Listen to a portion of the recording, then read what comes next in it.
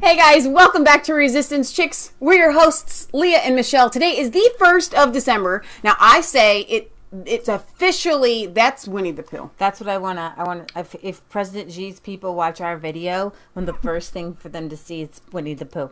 Okay, so before Winnie the Pooh, it's the Christmas season. Like it's officially, now we can sing Christmas carols. Oh, that's right. We can. Now we can take down, I actually would have taken the Thanksgiving decorations down. We just haven't had time, but if it's still windy and rainy out later today, I might do that today. Okay. So we'll see. I'm just saying, it's December, man. Deck the halls. He looks so much like Winnie the Pooh. He does look like Winnie the Pooh. Like the nose and everything. But see, I don't see why. So for those of you that are unaware, that's Winnie the Pooh. This is President Xi of China, okay? Do not be... I'm trying to do this backwards. I would never be a good weather person. Okay, wait. Okay, forget it. Don't be confused by this cute little face that looks like this cute little face. Dictator. Millions of Muslims are in internment camps because of this guy, okay? So China banned last year But your head's covering up the Tigger one and with Obama, which I love that China so banned much. the images of Winnie the Pooh last year because President Xi was so... they were using it as a protest, right? Okay, to make fun of, and it's adorable protest. I think it's just if you're gonna, it's much better than Mr. Cheeto Man or whatever they call President Trump. I know, Orange Man. So, all right, I'm going to jump right in because this is the most exciting story of the day, and normally we save it for the last, but then sometimes I'm tired, so I'm going with this first. Okay, so the wave of Hong Kong has turned into a daggum tsunami, and it keeps going. And I feel so connected right now with the people of Hong Kong. I'm in solidarity with Hong they're Kong, literally halfway around the world, like us and then them, like halfway around. Like there's nobody else we can get farther from. But in the spirit of God, I feel closer to them than, my neighbors. But here's the thing. No, we feel pretty close to our neighbors. Well, you know what I mean. I know what you mean. Make a Hong Kong great again. Hong Kong protesters plead Trump for support. Now, we on our Thanksgiving show,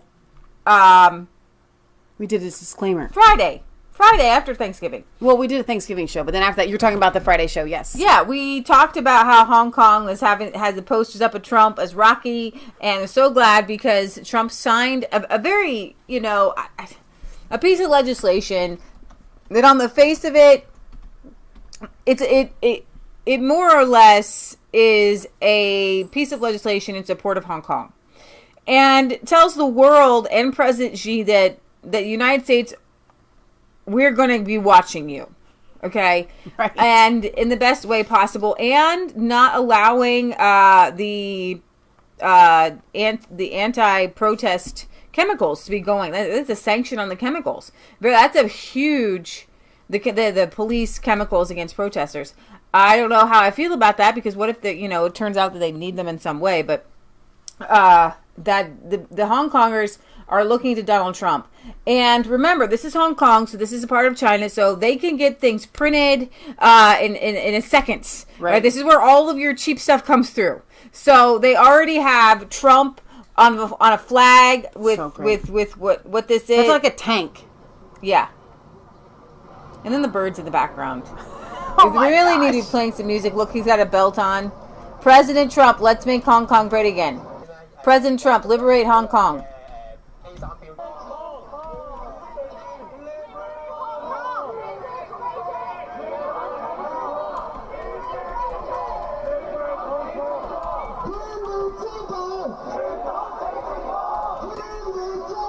I know they're saying liberate Hong Kong.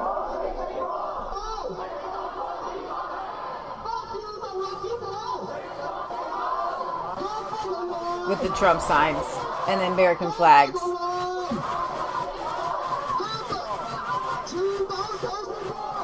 So tell them what we told them, how 90% of people in Hong Kong don't identify. Well, they don't. It's not that they don't identify as Chinese so much. Don't. Well, okay, hang on. Let me back up.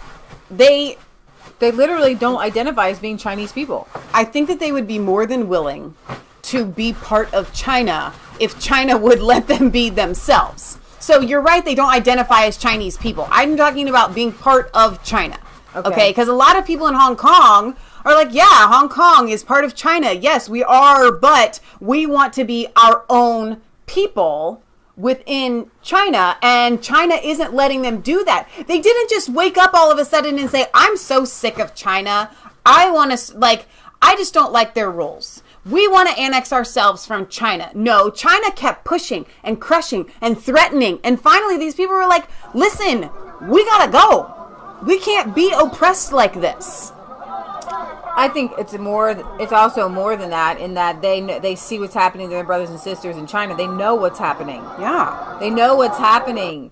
They know that if they cross the bridge into China, suddenly they don't have internet access anymore. Right. They can be watched. They can be detained in Hong Kong. Some of these Hong Kong people are so tiny they look like children. Yeah, they are. They are not exactly the Nordic army you would expect, but intellectually they're smart people. So they're using their brains more than brawn. So I'm talking to Patriot Gallery yesterday, and you know, whatever we have going on in our lives or our friends have going on in their lives. Before you get that, I wanted to kind of explain what we're watching. Okay. A brand new set of protests after the celebration. They're pushing. They found a way in. They're going to keep the tension on us. Keep the tension on us. We want more democracy. Yes. And they want accountability for police brutality. Okay, so whatever you have going on in your life, whatever we or other people or other forces try to come in and shake you or whatever, I'm here to tell you something today. I'm talking to Patriot Gallery last night, and I was like, Mom, you can't touch me. We are winning everywhere. What is happening in Hong Kong is unreal. Now, that picture that I just showed you, and I'm going to bring it up again, and I want to be able to make it bigger because this is so huge. Let me see if I can open this in a new tab here, just so that you just see this picture, okay? The people in Hong Kong are sharing Donald Trump as Rocky. They are singing our national anthem. I said to Mom, you can't write a script like this. And she wanted me to repeat this. So I'm going to try and get it right because it just rolled off my tongue the first time I said it. Ford, Carnegie, Rockefeller, the powers that be, from the beginning of the 20th century, actually the late 19th century, have been writing every single script, everything that has happened in history from then till now. Every president, every catastrophe, every war, women going to work, contraceptives, abortions, they have all pre-written the script. And that's just in America. They've done it worldwide. And now everybody done gone off script. They aren't writing this stuff anymore. We've got these conspiracy theories that are so stuck on we've done the research of what has happened in the past that we think that they're still writing the script when this crazy stuff comes about. And I got news for you. They aren't writing. They're trying to rapidly scribble things like, how can we put this together? But the Democrats, what they're trying to do to Trump, the impeachment process, they've had to go off script because nobody's on script, because it used to be the right and the left worldwide were reading from the same script. They just had their part to play. And now when the right, or whatever you want to label them, have gone off script, then the left is still sitting there trying to read their lines and going, well, wait a minute, but this doesn't compute. In Hong Kong, them sharing this happening. We've got a Donald Trump impersonator behind Leah's head. My life is awesome. You can't touch me. Like, seriously, I walk around happy all the time. Like, my mind, I can't even tell you. The glory of God has descended on this earth in a revolution, a reawakening. Isn't that the word you wanted the other day? Mm-hmm. An awakening has happened. And it's like, everybody, the people in my lives that have these problems, and I love my friends so much, but when you put it in comparison, this is your problem. No, actually, my fingers touching together is your problem in comparison. And just sit back, relax, because your problems are going to get washed away with the wave of God and good. And so today is a good news show day. Carry on, Leah. I'm done. Okay, well, let's just watch this one here.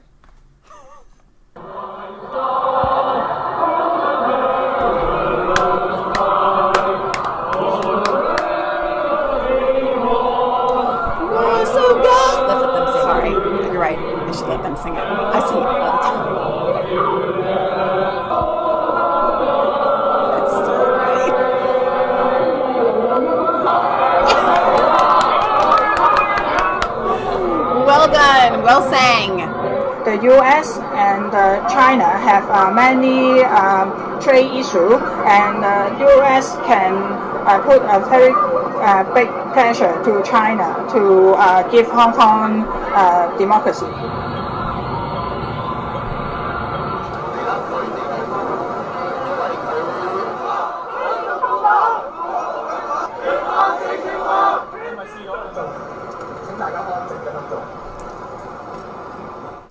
See, what did that sign say? It said something. Oh, the U.S. Thank you. The U.S. Senate and the House of Representatives passing Hong Kong Human Rights and Democracy Act and sanction evil Hong Kong cops and officials. Win Hong Kong civil war or death. Hong Kongers pay for weapons. Must be faster than China pays for soybeans. Big deal with Hong Kong. Sanction now. Evil Hong Kong cops already illegally arrested U.S. company staff. Thank you. 59% of Americans support sending U.S. security assistance to Hong Kong. So there we have that, and then I have this video here. This is they are saying drive out the Chinese Communist Party, return Hong Kong to me. Now I just want to be clear because there's a saying called wag the dog, where the things are pre-planned, right? And sometimes the boy who cried wolf so many times, when the wolves are actually there, nobody believes them. Okay? So we went into Vietnam supposedly to overthrow communism. Right, and we were in North Korea supposedly to try to overthrow communism. And we tried to overthrow communism this past year in Venezuela. We tried to drum up support for anti-communists in Cuba. We just did the whole interview with Uncle Barry. We're going to release that this week. So I'm so excited to give you this JFK. It's just amazing. I want to get that out ASAP for JFK. Got enough acronyms around here? Yeah, I'm so excited to bring this to you guys. This video with Uncle Barry. We actually should show him a clip or two. But this is real. And you know it's real when the U.S. is not actually doing anything. The United States is not behind this. Right. The CIA is not behind this, because this would wrecks with the economy. This is not like Michelle was saying, like all the leftists around the world have planned all the wars and everything. This isn't one that was planned. This popped up. So that's why, we do interventionist wars for personal gain for exactly. our country. There's nothing gain to gain here with Hong Kong. And as a matter of fact, there's everything to lose. Right. Because of China. Right. Exactly. And even Trump was like, as Trump was ready to go and do Venezuela, but there's oil there. Yeah. If there were oil in Hong Kong, we would be there, and China would have shut it off as soon as fast as you could say cheeseburger. All right, but there's no oil there in Hong Kong. There's nothing there of strategic value for the United States to exploit, like in Syria. Okay, so what you have is a real bona fide. This is the real deal, and this would be one where we could back and support Hong Kong in a number of measures. And the world's like, well, maybe we don't want to be interventionists here. Okay. Would not be too harsh, I think, to describe that the police acted like terrorists on a few occasions in particular. For example, we talked about the 31st of August, when riot police stormed into Prince Edward Mass Transit Railway Station and hit at people indiscriminately. And by definition, if you hit people indiscriminately, that is really a terrorist act. And it has been rumored that people were killed on that occasion. Wow. Stormed. So I've been following the Epic Times more and more. Here we have one more, because they are an Asian-based news reporting. Thousands of rally here in support of, to thank U.S. for support.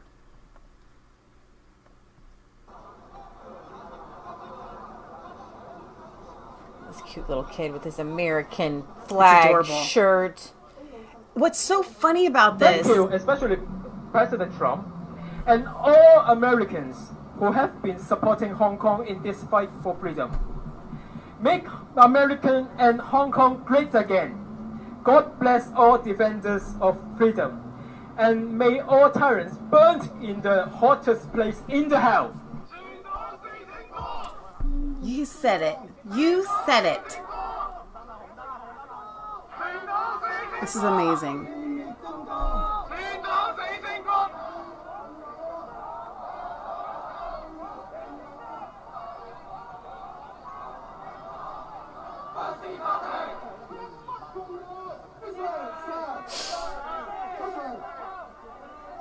It's great. It's so great.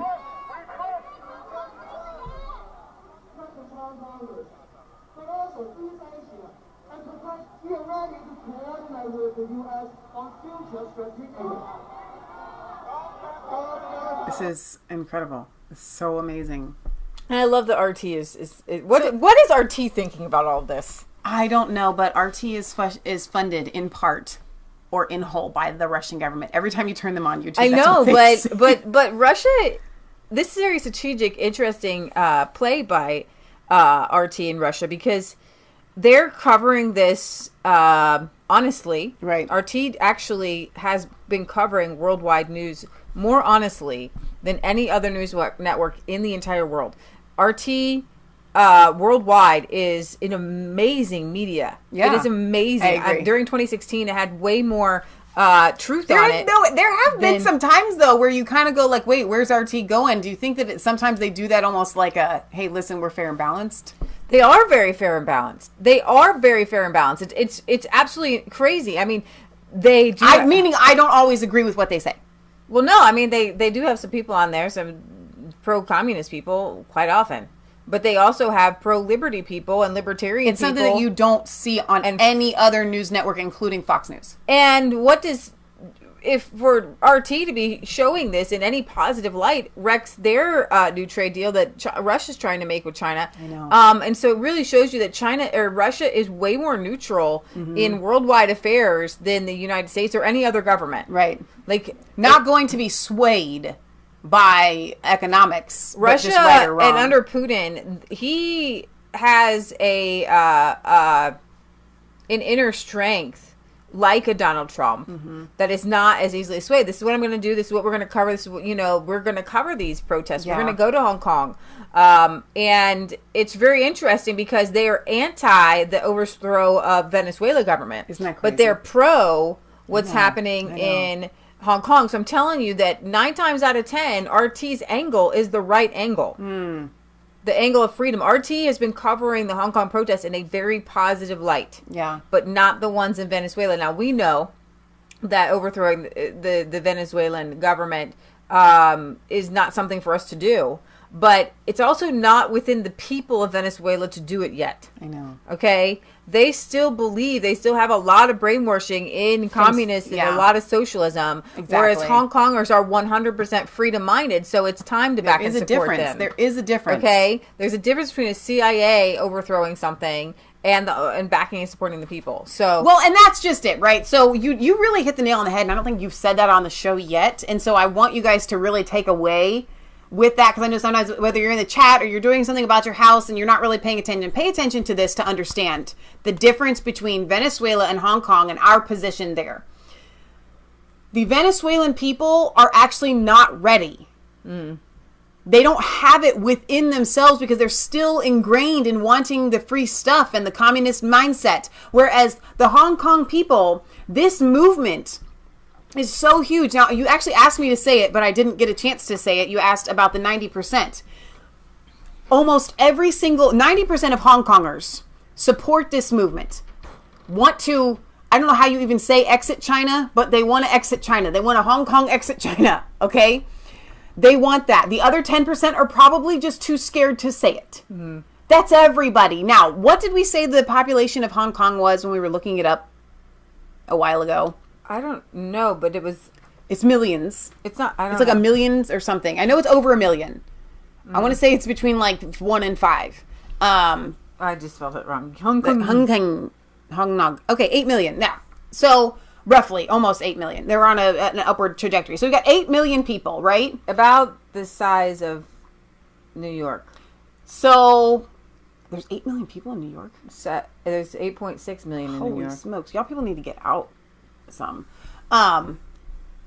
So we've got millions and millions and millions of people that are fighting for this cause. They're a city, but I keep wanting to call them a country because they should be their own country at this point.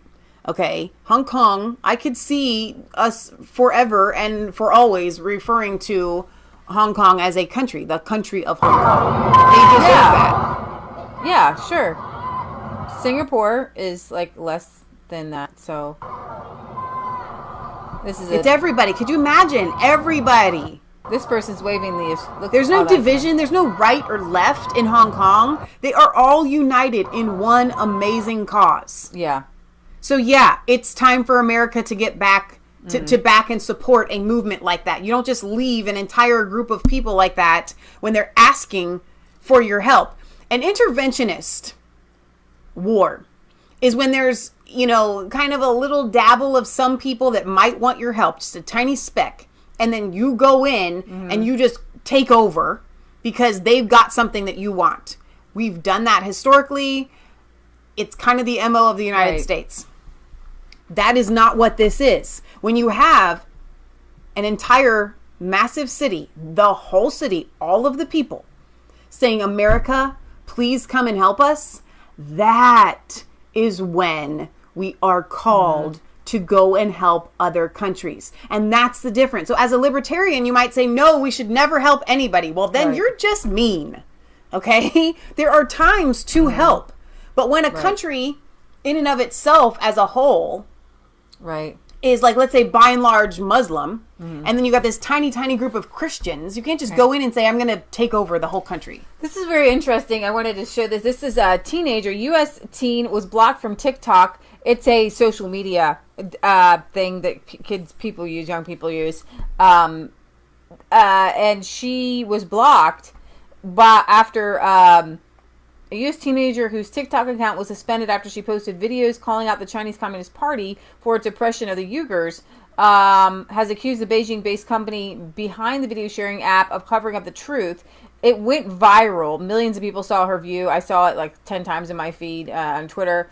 3-part video cleverly disguised as a tutorial on how to curl eyelashes. Ferozia Aziz, a 17-year-old high school junior in New Jersey, I believe she's Muslim, tells her viewers to spread awareness of the human rights abuses in China and about the Uyghurs. So I think she posted this on Twitter after she was suspended from this TikTok.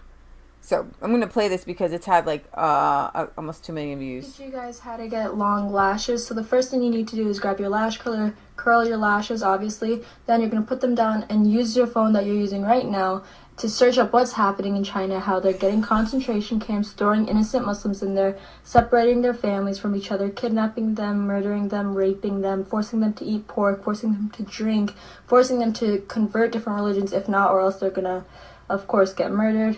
People that go into these concentration camps don't come back alive. This is another Holocaust, yet no one is talking about it. Please be aware. Please spread awareness.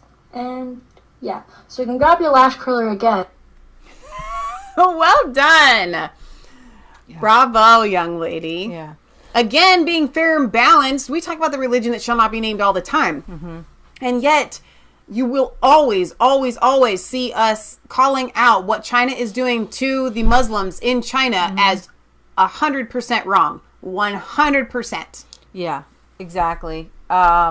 Chinese internet trolls attack Xinjiang in bid to influence public opinion. The Chinese Communist regime has deployed its massive army of internet trolls to smear Xinjiang performing arts in an effort to sway public opinion against it. These anonymous people are working to stack Google search results with negative views of Xinjiang. And another person, an MC of the company, said in a recent interview with Epoch Times, Xinyu is a New York-based classical Chinese dance company that has toured the world since 2006 with the stated mission of showcasing 5,000 years of Chinese civilization through the arts. While the company consistently performs in sold-out venues across the globe, it's drawn the ire of the Chinese regime over presenting scenes depicting the continual persecution of the spiritual group, the Falun Gong. The Falun Gong they're the ones that we know for a fact have been arrested and put into the prisons. Yeah. And their organs are the ones, I believe, they like harvest first. Oh. These Falun Gong people. It's documented. The Falun Gong, also known as the Falun Dafa, is a meditative practice that includes a set of moral teachings based on the principles of truthfulness, compassion, and tolerance.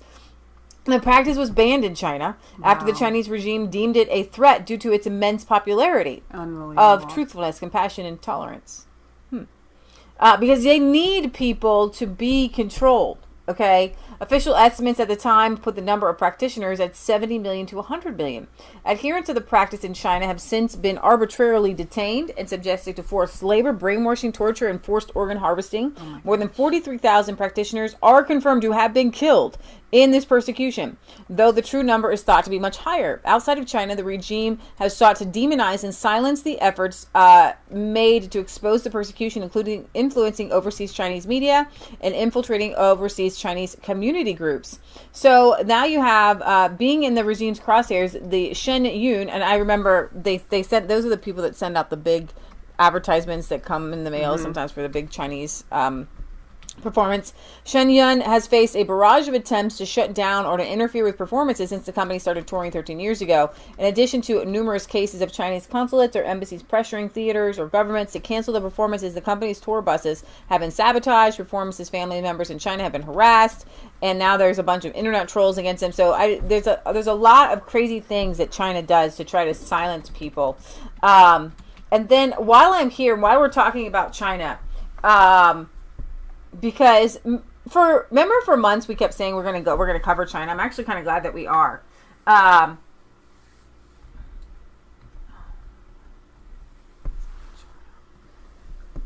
There's a documentary that I want to watch, and let me see if I can find the trailer. And I think we told you guys about it, but it's finally out now. It's called One Child Nation, and there is a woman who went and interviewed the people who do the forced abortions and did the forced abortions in China all these years, and it's absolutely heartbreaking. I was born in China in 1985. It's on Amazon. A time when China's population crisis was making headlines around the world. In an effort to protect its people from starvation, China has enacted a policy limiting families to just one child. If you have a second child, you violate the law. I never thought much about what the policy meant for me or anyone until I learned that I was going to be a mom. None of my family questioned the policy or how it was implemented. If you were born a girl, I would have been put. If I were born a girl, I would have been put in a basket and sent away. Yeah. You think the one-child policy is good, right? Yes. People used to starve to death. Now, this is the total brainwashing. Because they always say we had to enact the one-child policy because people used to starve to death. But what they don't tell you is that people didn't starve to death before Chairman Mao came in, ruined everything. He took people's farms. He would take down people's farmhouses and use them for fencing. Right.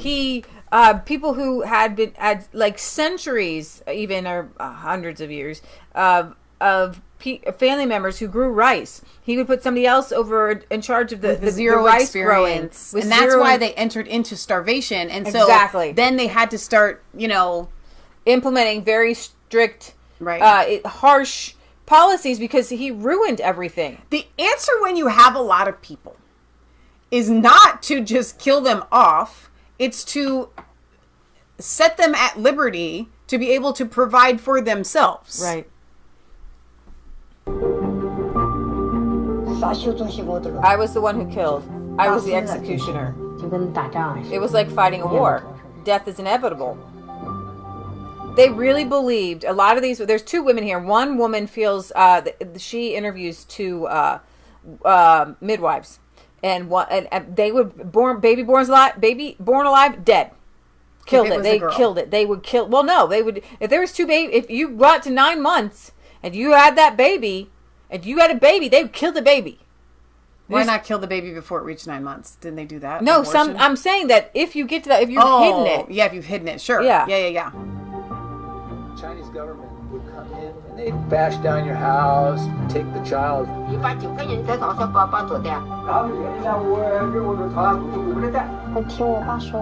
dad told me that I have an identical twin sister. Lives in the U.S. now. Fraud and corruption nationwide.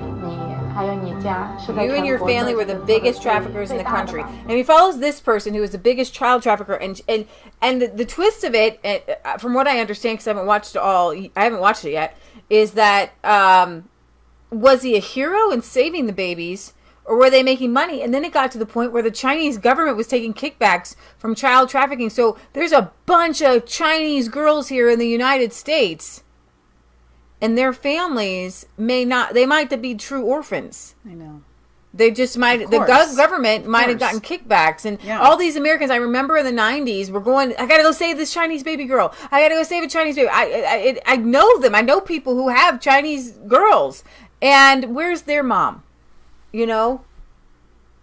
Now, not to negate that they have moms here now, okay? Because I know people who have adopted, and that they lovingly took them in, and that's their family now. And it's beautiful. But when you look at the origins of it, right, you have to be able to... Was a child being stripped away from a mother that wanted to keep it? Yeah. Throughout my life, I was taught to believe the love of my country was equal to love of the government and the party. I was so angry, even with my own family, that there wasn't more to be said or done. Our life is so great. Everyone we spoke to said the same things about the policy. I had no choice. I truly had no choice. What choice did I have?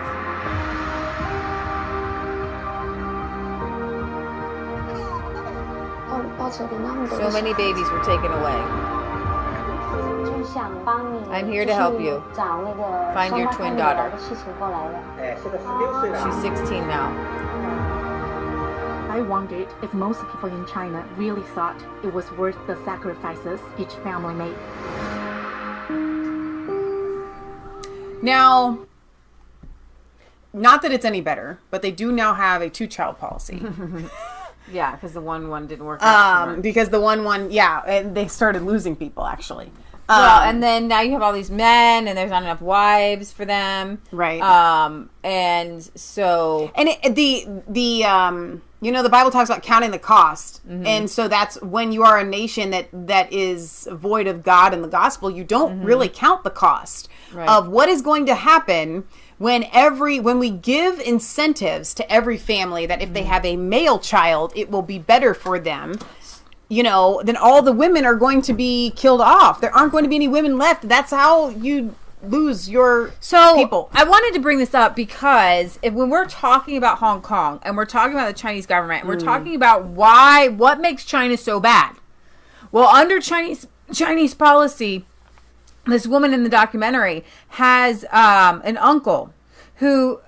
you wanted to have boys born. If you didn't have boys born, then you kind of sometimes would abandon the girls, so you have a boy because the boys would take care of you when you're older. Right. And so the uncle had a baby girl, and he put her in a basket in like a community market, hoping that somebody would pick her up. And they came back days later, and the baby had died of heat exposure and had bugs all over her. That's disgusting. And it was more than disgusting. The baby died, like he killed his child, because that was the government policy. And then often you would have a child, your one child, they would pick you up and carry you into a hospital and sterilize you. You didn't have a choice.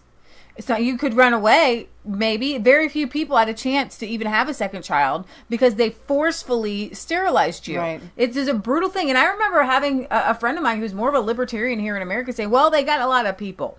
I understand their policy. You really understand the policy. You really do. Okay? Taking people at my body, my choice, except for when it comes to having children. Like, that's not, I just don't understand it. In addition to forced abortions and sterilization and killing babies after birth, in this woman's own family, her younger brother was sent to school, and the filmmaker sent to vocational school when they didn't have enough money. China has a very patriarchal society for thousands of years, and a lot of people would argue, this generation, women would argue that the one-child policy somehow helped them improve their status. In lots of cities where families eventually only had one daughter, they were forced to place the resources on the single daughter, so the daughters are able to get an education, unlike in previous generations where they had more siblings. So this author says, when I hear that narrative, which comes from a lot of her friends and people she knows well, she feels sad and complicated, because it is true that women's status needs to be improved, especially in China. And you see how, she says, I see how my grandpa he would still say to me, even today, I am worth less than my younger brother. Wow. And my child is not really his great-grandson. So I do believe that education is one of the primary ways of improving the status. That way, the policy had unintended consequences. But what you're doing, what we're talking about is a whole societal change. And what it created is a monster for the grandfather to say, you're worth less than your brother. And that you can't even quantify. How do you quantify that there's millions and millions of people in China who view other people in this way, that without love, without care? Well, and there again, it goes back to a society void of the Lord, and that's what makes Western nations softer, more compassionate nations. It's that illumination of the mind. Without God, you literally you are unable to love. Yeah. You're unable to have love without God, because God is love. Yeah, exactly. This was an interesting... I'm moving on. Okay. I'm moving on. Let me clarify that last sentence. Even if you don't count yourself a Christian, you can still love people, but I would say that that you have more God in you than you know. Yeah. Okay, so not that, but these nations that literally do not have God. I just lost the. Sorry, wait a minute. There it is. I was just adjusting my. Hang on, wait for the focus. Nations that they're just literally godless. You see people that are godless. Literally, God. Leo Martin said something very pivotal in his show. You do not have to be a Christian to enjoy the benefits of a Christian nation. And so when I say you can't love without God, you need to understand that when you do love somebody, that is God. Whether you're a Christian or not, it is. But if you don't have an element of God in you at all, you are unable to love. So I have a good news story, kind of random here. We're going to go to Australia. This out from the Epic Times as well. We have the Taliban held this man hostage, this Australian Taliban hostage, for 3 years. He believes the U.S. Navy SEALs attempted to rescue him 6 times. In his, looks like one of his first interviews here, Timothy Weeks, the freed Australian captive. I believe he was. Let me get a background on him. I believe he was a teacher, an Australian teacher who arrived home this week after being held hostage by the Taliban for more than 3 years. He had a press conference just today, December 1st, brand new. I mean, Michelle, you can put this in the description. Timothy Weeks, Australian hostage released. In a prisoner swap, saw Weeks and his 63-year-old American colleague Kevin King exchange for 3 high-profile members of the Taliban, including these other people, terrorist group people, speaking publicly for the first time since his release. He's let's see if this is what he's saying here. It is a well-worn news cliche to describe something like a Hollywood movie, but it is difficult to describe Timothy Weeks' experience any other way. And life as I had known it ceased to exist. Me, they were soldiers, a lot of machine gun fire. It was the Navy SEALs coming in to get rolled and knock myself out unconscious. The rotors were really loud. I missed us only by hours. Today he is gaunt, tired, but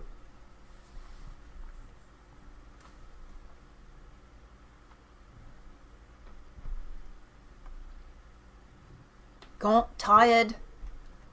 It is a well-worn news cliche to describe something like a Hollywood movie, but it is difficult to describe Timothy Weeks' experience any other way. And life as I had known it ceased to exist. Me, they were soldiers, a lot of machine gun fire. It was the Navy SEALs coming in to get rolled and knock myself out unconscious. The rotors were really loud. I missed us only by hours.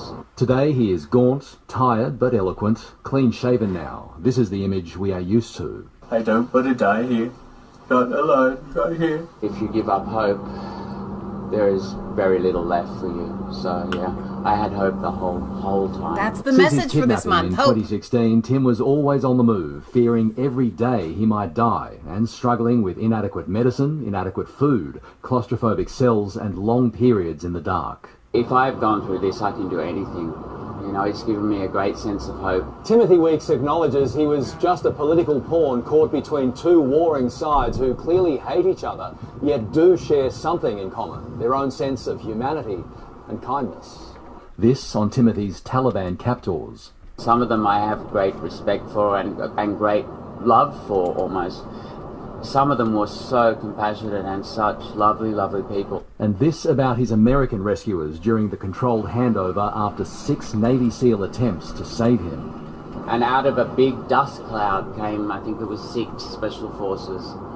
And they walked towards us, and then one of them stepped towards me and he just put his arm around me and he held me and he said, "Are you okay?" The compassion that the American soldiers showed me. Heard he was out, but it wasn't quite real until he was there at the airport, and I just gave him a That's massive his sister. hug. It was just incredible.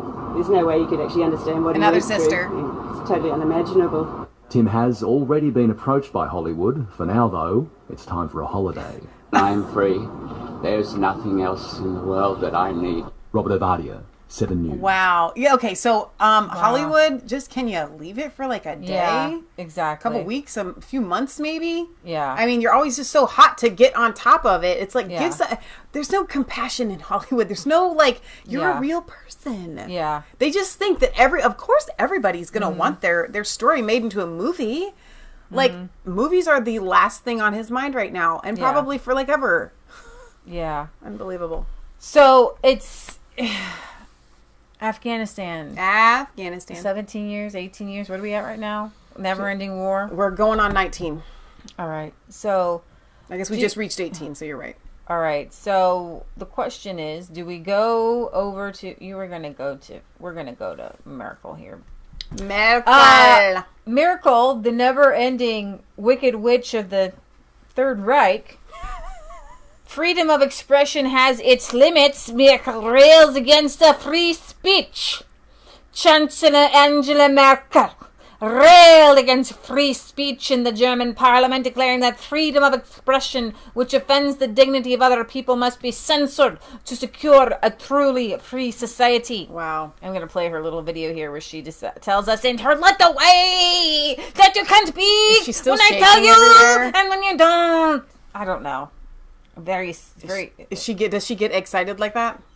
I don't know. Meinungsfreiheit in unserem Land ist gegeben. Hang on, we're gonna have to read it out loud.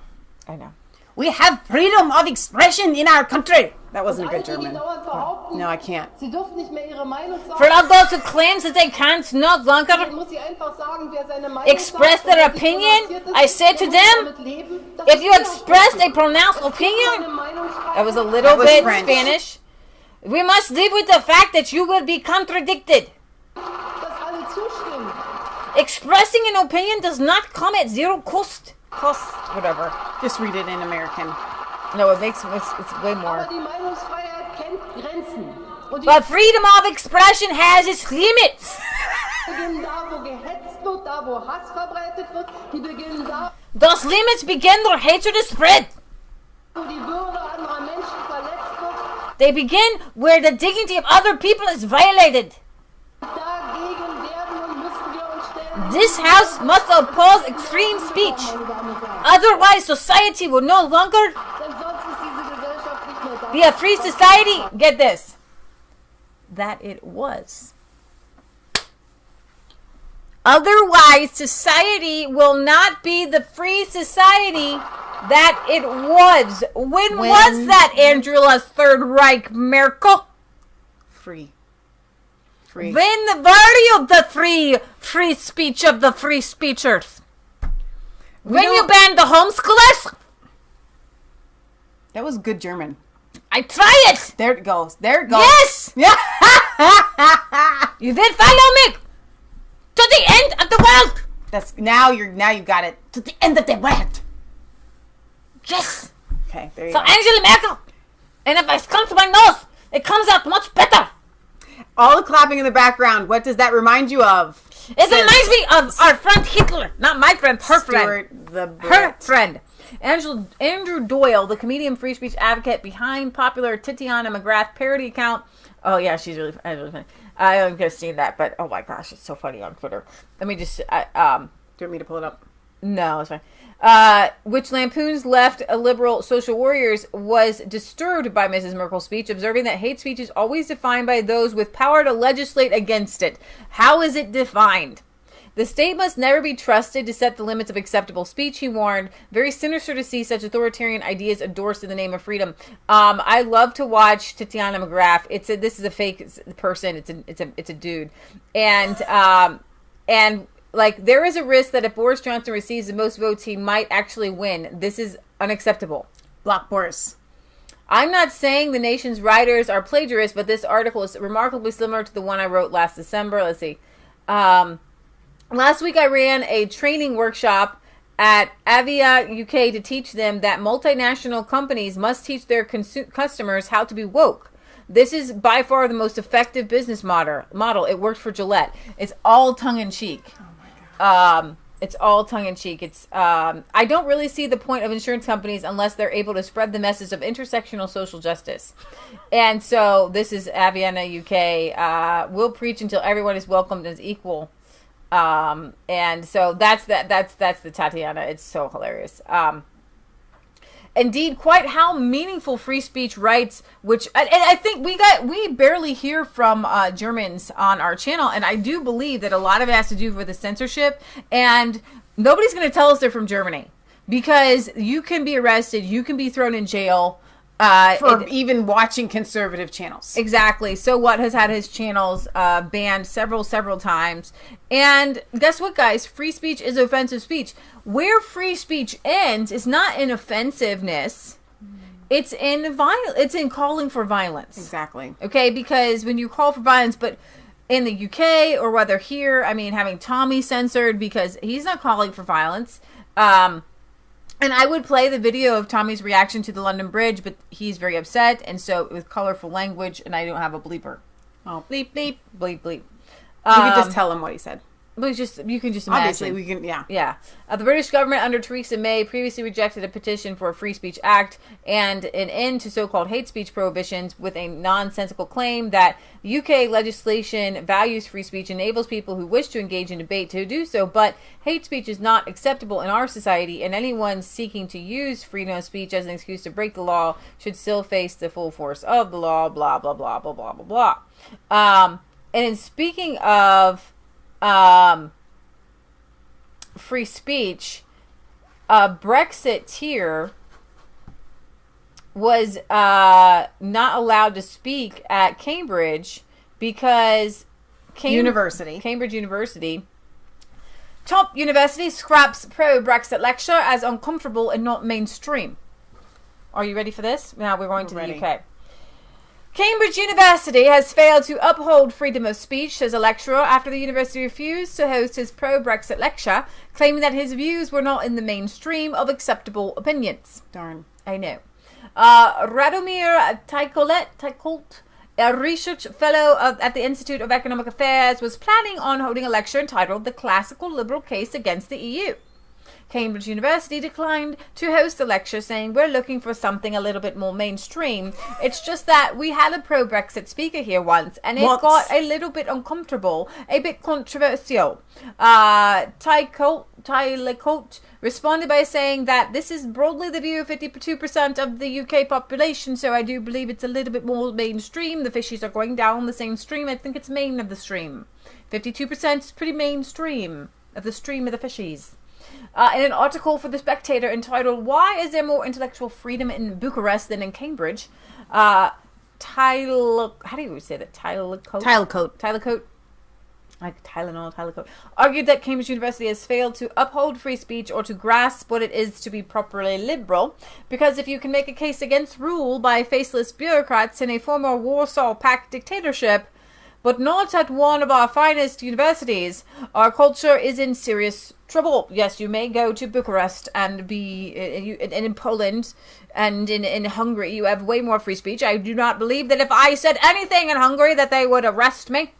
Earlier this year, Cambridge drew widespread criticism after deciding to remove an offer for Jordan Peterson to serve in a fellowship position at the Divinity School.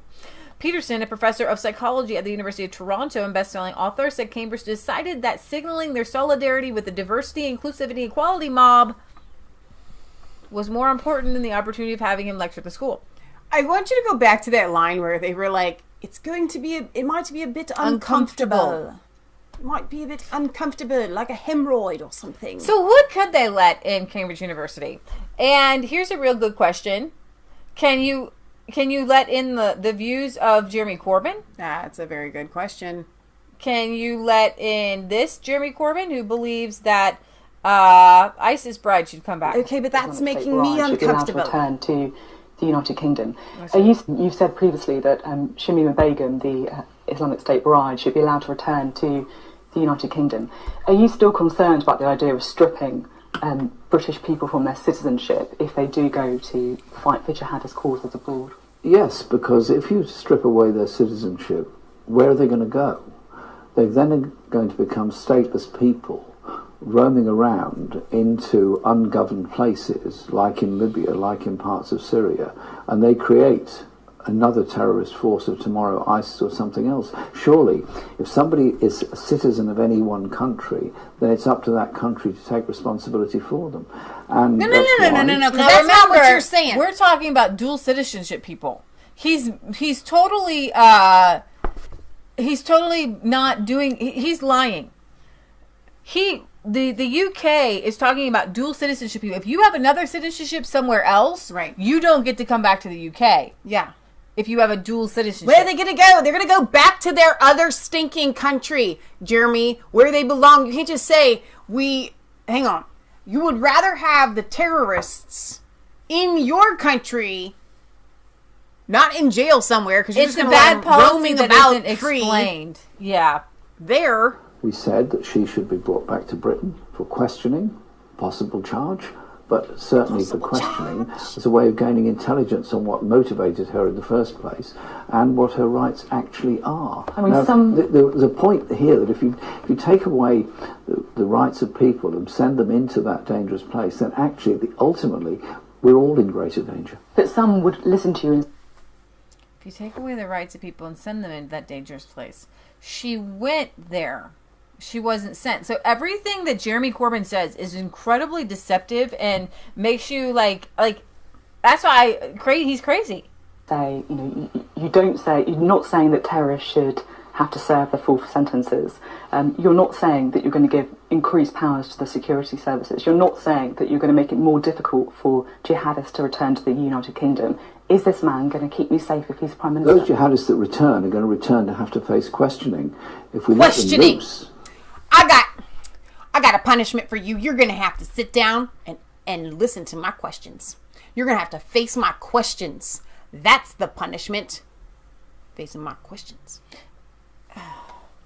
Into an ungoverned space like Libya, we're all in greater danger in the long run. It is making us safer by preventing the growth of terrorist forces, by preventing the growth of irrational, powerful forces, and also looking at who's funding them, looking at who's making money out of them, look who's supporting them. Those are... So he's talking about Western governments there. Okay, but hang on, because he just said that we're stopping the growth. You're talking about stopping the growth in other countries, but I got news for you. They come back and then they start the growth in your country. Issues are very important, but also having an inclusive approach in our society to stop people being radicalized and ending up in that very dangerous place. If people are just more inclusive, we can stop it. The more this guy is more. I think so it was dangerous. Streaky Bacon that said his question really is, do you want a flat or a house? They come back for questioning. Yeah. What would you like? What kind of benefits can we give you? What can we get you? Welcome back. Glad you're here. He's insane. You want to start making babies? Jeremy Corbyn opposes the shoot-to-kill policy. It's shocking to imagine how soft Labour would be on his land. What? Speaking of that shoot-to-kill policy, do we want to talk about that? We're going to get to the London Bridge. Okay. No doubt Corbyn would want to talk to them and understand their aims. If you were Prime Minister, would you be happy to order people, police or military, to shoot to kill on Britain's streets? I'm not happy with the shoot-to-kill policy in general. I think that is quite dangerous, and I think can often be counterproductive. I think you have to have security that prevents people firing off weapons where you can. There are various degrees of doing things, as we know, but the idea you end up with a war on the streets is not a good thing. Surely you have to work to try and prevent these things happening. Yeah, by not letting them back in! And then we have this. Here's Jeremy Corbyn whining that the ISIS leader Abu Bakr Baghdadi wasn't arrested, despite the fact, and I'm going to play this again because I think we played it before. He killed himself. He blew himself up and 3 kids. You know, that kind of sounds like an error that I would make, though. Suicide vested himself. I would feel sorry for him if he was anybody else. Killed Osama bin Laden. He said it was a tragedy that the Al-Qaeda leader was dead, rather than being captured and put on trial. So is the recent death of ISIS leader Abu Bakr al-Baghdadi a tragedy? If we preach international law and international legal process through the International Court of Justice in The Hague, then we should carry it out. And if it's possible to arrest somebody and put them on trial, then that is what should have been done, and that is what I said about the death in 2011, and it would continue to be my principle. If we believe, as we do, in international law and justice and the power of the International Court of Justice, then we should do everything we can to bring people where they deserve to go on trial to be put on trial, as was Milosevic and others. I mean, while nobody celebrates the death of another human being, this is a man whose victims were drowned and caged, and some of his victims were British, so is his death not something to be looked at as a good thing? Him being removed from the scene is a very good thing. If it would have been possible to arrest him, I don't know the details of the circumstances at the time. I've only seen various statements put out by the US about it. Surely that would have been the right thing to do. If we want to live in a world of peace and justice, we should practice it as well. We should practice peace and justice as well. Okay, so I'm going to do a little reenactment here. This is an army shovel. This is, for right now, it's not an army shovel. It's a gun. I could get taken off of YouTube for this, but I would like to clarify that it's an army shovel. Okay, so you're in the tunnel. It was like a tunnel, right? They've got him cornered into a tunnel. So Jeremy Corbyn wants the guys to go in with their gun. Okay, here's my gun. Put down the suicide vest. Put down the suicide vest. Sir, put down the suicide vest. I'm going to approach you, and you will be arrested. I'm going to make sure that you can't take off your suicide vest, please. Mr. Baghdadi, please put down. We want to peacefully arrest you. Jeremy Corbyn says it would be the better thing to do if we could arrest you. So please don't blow yourself and us up. That's bad. We want to peacefully have peace talks with you. How does that happen? Like, how does that scenario take place? Like, how do you peacefully arrest somebody that is ready to suicide themselves and their family at the end of a tunnel? So what is Jeremy Corbyn? He's like, well, I don't really know the circumstances surrounding that. Yeah, it's drinking coffee with his little sweater. He's so out of touch. Like, I feel like I can't. I literally can't. These people are. I'm more in touch with Baghdadi at the end of a tunnel than this guy who's supposed to be some sort of leader of a country. Well, you know, he's of the Bolshevik mindset. And, you know, it was a very small handful of people, and they were able to take over communist China, and that's pretty much all he can think about. You know what I mean? Is low prison rates. And we're going to get to how his view on low prison rates affected the London Bridge attack. But while we're on Jeremy Corbyn, I'm going to play this here that was brought to the forefront this week. Shocking footage from Iranian TV of Jeremy Corbyn attacking the BBC because of their bias towards Israel, saying Israel has a right to exist. Listen closely. There's pressure on the BBC from probably Mark Thompson, who seems to have an agenda in this respect. There seems to be a great deal of pressure on the BBC from the Israeli government and the Israeli embassy, and they are very assertive towards all journalists and the BBC itself. They challenge every single thing on reporting the whole time. I think there is a bias towards saying that Israel is a democracy in the Middle East. Israel has a right to exist. Israel has its security concerns. There is pressure on There's the a BBC. bias to say that Israel is a democracy, a bias to say that Israel has a right to exist, a bias to say that Israel has its security concerns. And I have seen so many leftists trying to defend Jeremy Corbyn as not being an anti-Semite. He is a full-blown anti-Semite. He is anti-Jewish. He hates the Jews. He hates Israel. He loves Palestine. He loves the Palestinian Arabs. He is of their mindset. He has been washed in their... He's been baptized in a Palestinian Hamas proponent. Like he is quiet about it, but when you see it slip out like that, he says it in such a nice... I don't buy the old grandpa thing.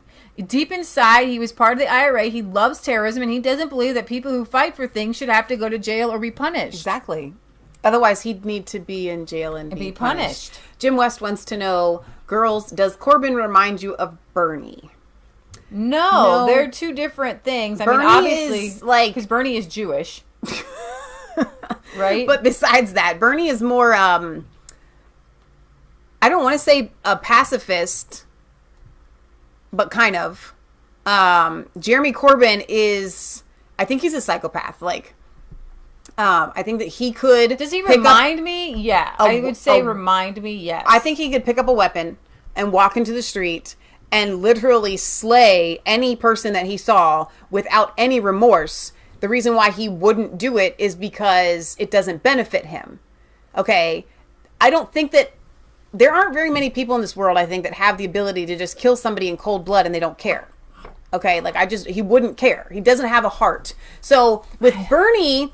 it's just, I don't know. I'm not saying that Bernie doesn't have that. Like, he might not care. He might ask somebody else to do it. He wouldn't want to get his hands dirty. I'm just saying. I know what you're talking about. Yes, they remind me of each other. But Bernie Sanders himself is too weak-minded and willy-nilly to actually take any... He just wants to sit back and be rich. And, you know, Jeremy Corbyn never... There are some people that fight for a cause and they are literally willing to lay their lives down for that cause. Bernie like is not. Jeremy Corbyn would just go headlong into a whatever if he felt like, I mean, he's just like in it. I mean, he's that man, that makes him really dangerous. I think that because you just yawn on our show. I always yawn. I just can't help it. Yeah, but they are similar. Okay, so let's go to the London Bridge. I want to talk about I watched Channel 4, and so instead of showing you...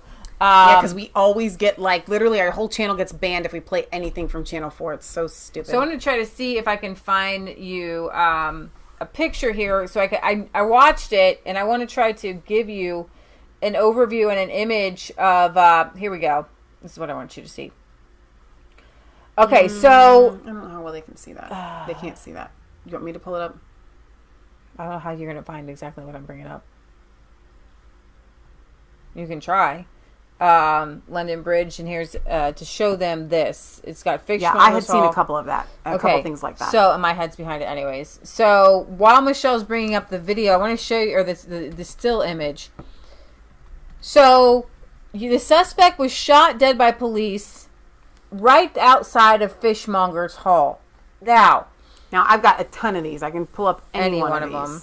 It's no, because that's not it. That's not what I want you to see. Well, this is the route. I mean, it's not as up close as you would like. There's probably I want the simple one just to show the couple spots. That's the 2017 one. No. Let's say 2019. Narrow it down here. Yeah. So I'll find it. Right before you get onto London Bridge, there's Fishmonger's Hall. And that was where the suspect, forgive me, I don't know his name. They do know his name now. Was was attacked was okay. Usman Khan is his name. Khan. I knew his name was Khan. Usman Khan. A convicted jihadist automatically released from prison on license halfway through his term without ever going before the parole board. Those are three major things. Okay? He was convicted of a terrorist charge, and before we had said it was for plotting to blow up the London Bridge. It was actually for plotting a the New York the London Stock Exchange, okay, which is actually right down the street. There we go. And he was convicted of trying to plot this terror attack. And under these new rules, violent criminals are given a lengthy sentence, and he was given a 16-year sentence, and automatically you just do half. I know, isn't that weird? And there was no parole board to interview him, to go over. He was actually supposed to be on an indeterminate sentence, okay? And with that, he was supposed to only be let out if it was deemed that he was no longer a threat. And the one thing Boris Johnson will tell you, and the one thing everybody keeps saying, and let me bring up that video, Boris, is basically under these rules, there was nothing that could be done because, oh, well, he did everything he was told to do. He, where's my video? I think I might have closed it. I don't know if I closed that out. He did everything he was supposed to do. I think that I keep bringing that up. So for those of you that missed this, there was a lot of bad people were there. A lot of people from prison. In fact, one of the heroes, it was a murderer. One of the heroes that went, he was out on a day pass. So there were all of these like prisoners that were there for it this. Was like, a conference. It was a conference on, like, I believe it was like rehabilitation or something. But here we have Boris Johnson saying basically, the issue, Andrew, is that he was allowed How out many other early. people are in the same He position? was allowed out early, and there was no. And this is very important. It was nothing to do with parole. It was nothing to do with the probation service. So how many people are in the same position? Legally, there was no way of stopping him. Legally. From coming out early on the basis on which he was sentenced. So, as for your question about how many others there are probably about 74. Okay, you're trying to avoid my question by carrying on talking. Let me just ask you again. This guy is... You said how many others? Okay. 74. 74 other people. What are you doing about them now? What we're doing there is we've taken a lot of action, as you imagine. As you can imagine. Last 48 hours I don't want to go into the operational details, but we're doing people an indication. Well, we're doing. I'm sure people can imagine what we're doing to ensure that the 74 other individuals who've been let out early on the basis of this Labour change to the legislation, they are being properly invigilated so to ensure there is no threat to the public. And we took that. So when you heard this, you were concerned that this kind of thing could happen again and again and again, given the number of people who are getting out now? Well, I do think there is an issue, as I've said, about automatic early release. I think it's wrong for serious sexual offenders. I think it's wrong for violent offenders. I think it's wrong for terrorists. And it doesn't make any sense. Okay, if your sentence is 7 years, make it 7 years. Don't make it 15. That's like going into Kohl's. Now, if you're not from the United States, it's a department store for clothing. Right. Now, they'll take a sweater that is literally worth $20. They hike it up. They put a $65 or $70 price tag on it, and then they run the sales. It is never, ever, ever, ever, ever full price in that store. Right. Not one day in its life of being in that store is it ever full price. Okay, so you know that the shirt or the sweater or whatever is not worth $65. He had the electronic. This is okay. So you guys didn't know this. There was a knife attack on London Bridge on Friday, and 2 people were killed, and there were some heroes that helped take him down with a whale tusk and I think a fire extinguisher. Wait a minute. Sorry, I've got volume. Details are emerging on London Bridge killer Usman Khan, a convicted terrorist who was freed from prison on an electronic tag and apparently attending.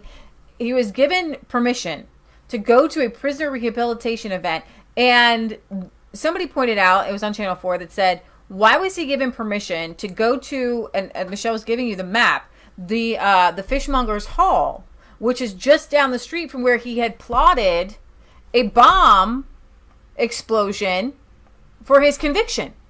You wouldn't, if you've got an ankle monitor and you've got, hey, you know what, maybe you don't get to go there, right?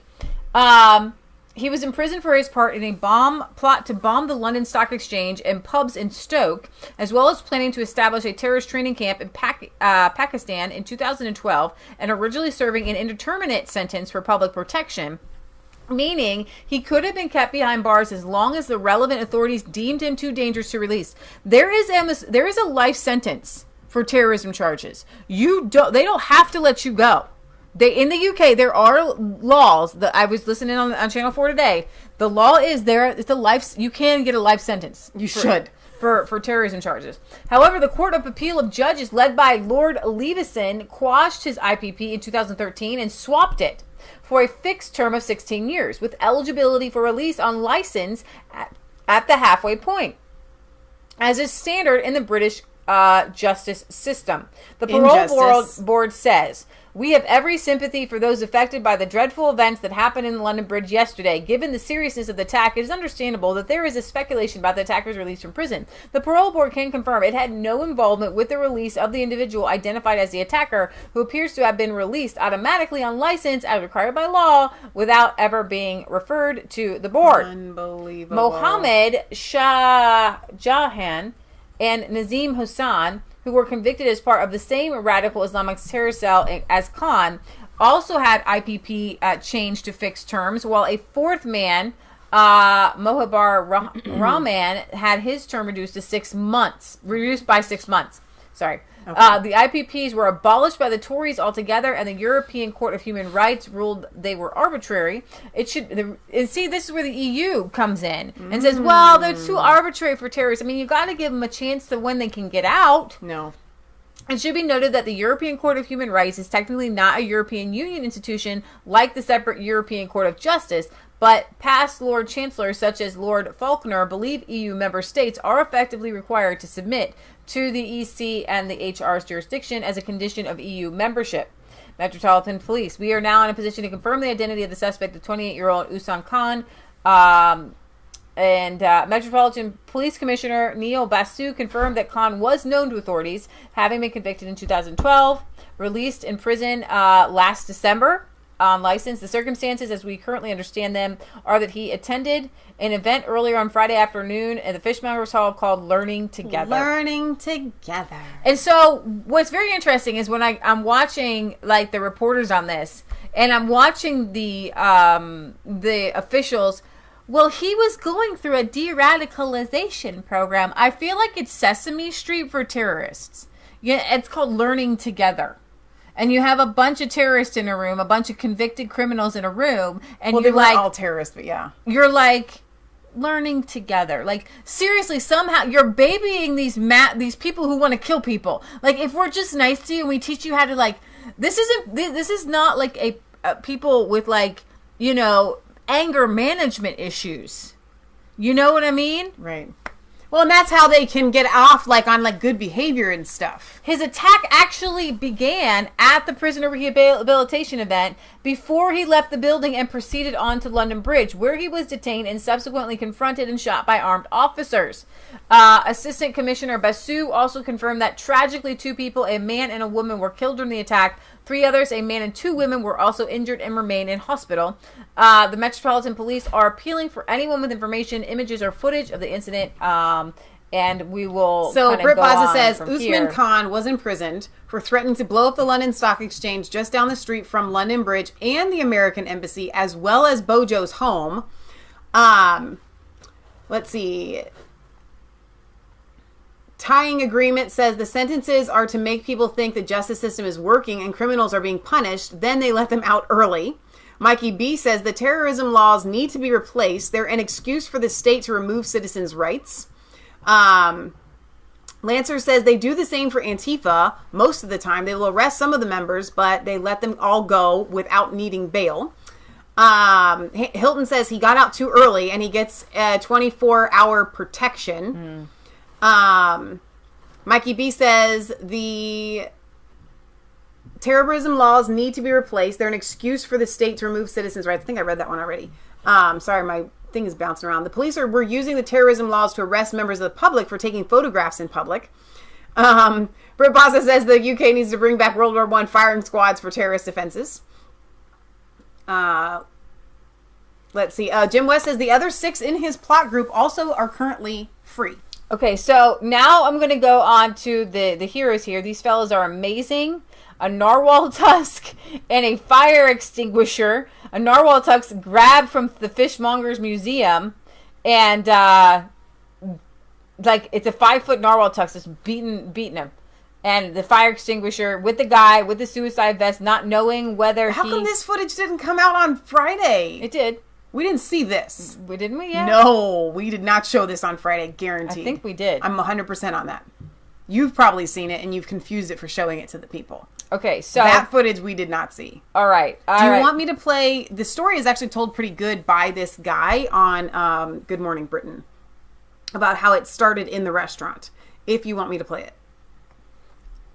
Sure. How inspiring was it to see so many passersby felt compelled to have a go? Without the slightest concern for their personal safety, the rugger player passing in the Mini, who got out to kick the terrorist in the head, the off-duty British transport policeman who seized one of the huge knives and retreated gingerly as well you might when surrounded by armed police who might well be looking to shoot anyone carrying a giant blade at a terrorist incident. And of course, the guys with the fire extinguisher and the narwhal tusk. We often worry, well, I certainly do, this is from Dellingpool at Breitbart, that if ever another major war were to break out, the woke, emasculated, and unpatriotic younger generations would be utterly incapable of rising to the challenge, but maybe there's hope yet. And Dellingpool says in this article that ordinary people have had enough, and that politicians don't know that most people are to the right of where they're at. Jeremy Corbyn said, I am against shoot to kill, and everyone over the entire internet was like, he's dead! Woo! Yeah, way to go! Well, not only that, but what you don't understand when you are going against shoot to kill is that you have an opportunity as a police officer to take care of the situation and possibly protect the lives of yourself and everyone around you, okay? Because if that person suicides themselves, they're going to die anyway. Okay, so you need to stop that threat. So everybody in the UK, you have an opportunity. If you're wearing something that you're making sure the police know looks like a suicide vest, whether it is or not, they're going to shoot you. And by the way, the narwhal is a type of whale found in the Arctic waters with a large distinctive tusk. The Fishmonger's Hall is one of London's ancient guild halls and happened to have this narwhal's tusk mounted on the wall. And one of the enterprising heroes seized it. They can sell for like $35,000, by the way. Could you imagine? Oops. Here's your whale tusk back. I was waiting for somebody to be like, now you're in trouble, mister. How dare you? Yeah. You know what I mean? Armed police were there in 5 minutes. And you know who would have been in trouble, though? An armed citizen. Somebody that had a hunting rifle hidden behind a trench coat or something. Exactly. All right, so let's go to one of these heroes on Good Morning Britain. Our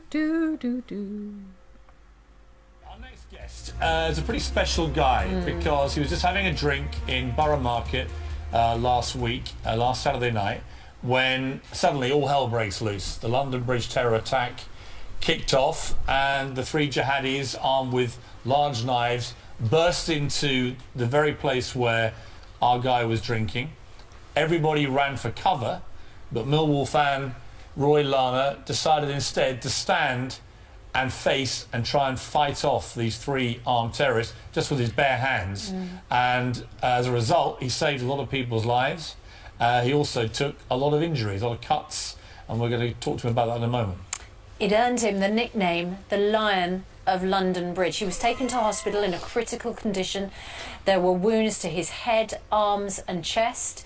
He has made a recovery, and we've borrowed him from hospital this morning. Roy, very good morning to you. Roy, we spoke to you on the phone last week, and we couldn't really, it was a bit of a messy interview, we couldn't really hear. We wanted to get you in, and you very kindly agreed to come in. How are you? I'm getting there, Piers, slowly. What are the injuries that you sustained? There's slices on my hands, you can see.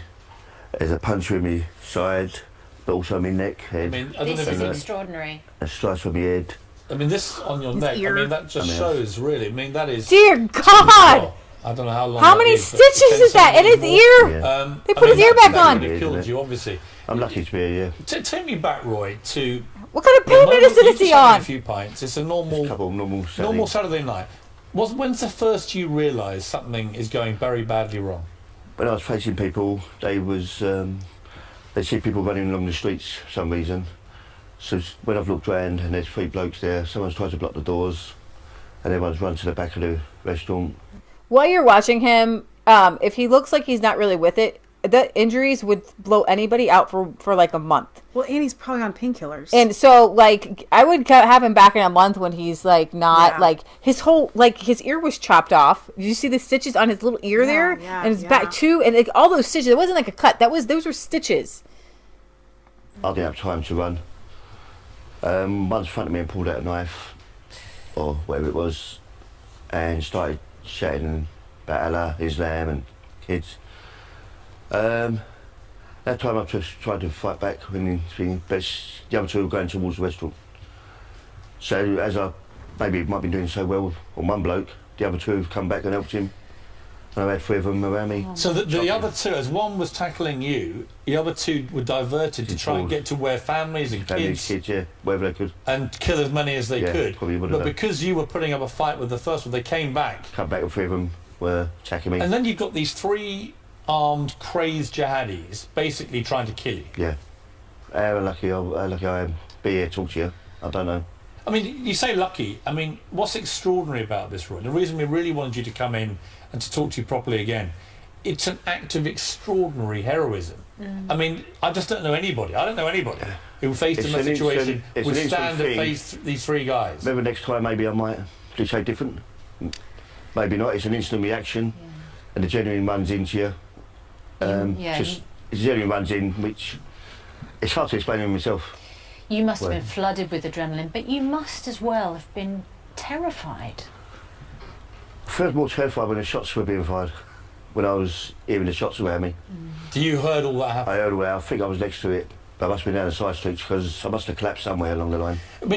Why didn't they try and kill you? How come you survived, do you think?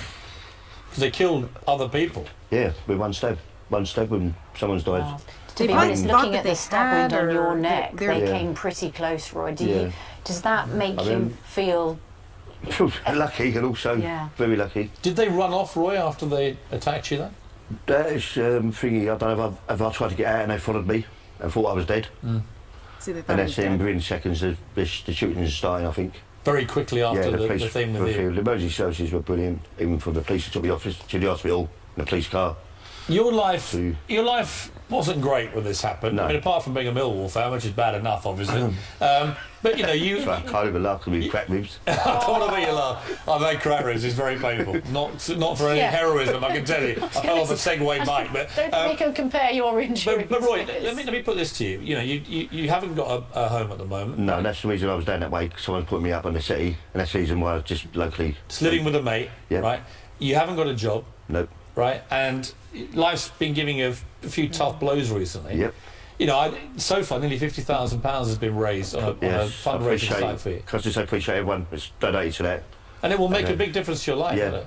Please, yeah. You'd like a job, though? I would like a job. What would you like to do? I did offer you. You did? You'd be my head of security.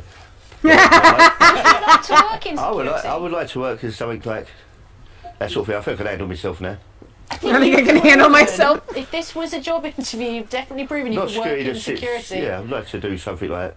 Oh my gosh, isn't that adorable? Here he is, a homeless guy, no job, and he's like, I'm going to risk my life for other people. Wow. That's incredible. Wasn't that worth watching? Yeah. That's so great. All right, the Islamist killer Usman Khan was out of jail on license. It's quite disturbing. He was not just some armed robber or a major drug dealer, criminals who might expect to be released after 5 or 6 or 7 years in jail. No, he was a traitor to this country, a man who was born in England, in London, and I don't know if London, but born in the UK, and yet who plotted to unleash violent jihadism on his fellow citizens. He's a first-generation UK citizen. Whom he referred to as kafirs and dogs. Now, he was taught under Adram Chowdhury. Whoa. So, that guy's been released. Chowdhury's been released. It says, how is Chowdhury released? On like, what was it, $100,000 a month surveillance? How is he just not life in prison? For as many people that, this is war, like he's a war criminal, because the people that he has sent into battle, he's a general, he sent these people into battle, he should be executed, like publicly executed, like on television, Adram Chowdhury. And I say that because mass murderers in America get executed. Yeah. Dogs Khan was part of a gang of men from Stoke-on-Trent, London and Cardiff, who made plans to bomb the London Stock Exchange and pubs in Stoke. They also discussed killing the then mayor of London, Boris Johnson. During the trial, the judge described Khan, who was 19, as one of the more serious jihadis in the gang. He genuinely believed in pursuing holy war against disgusting dog-like Britons. Wow. It was decided that he should never be released until it was clearly agreed that he no longer posed a threat to the public. But following an appeal, his condition was later lifted. So whoever is doing these analyzations of whether somebody poses a threat to the country, maybe they should be fired.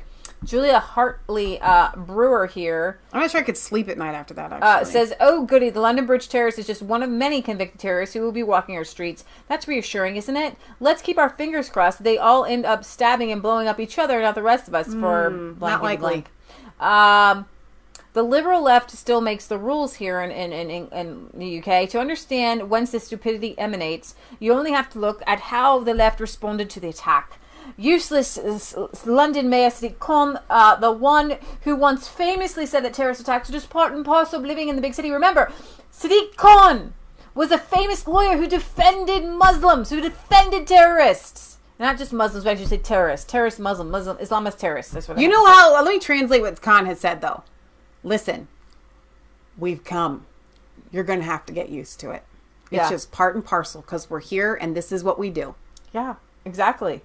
Opportunists, they seized on the chance to blame it on Tory police cuts.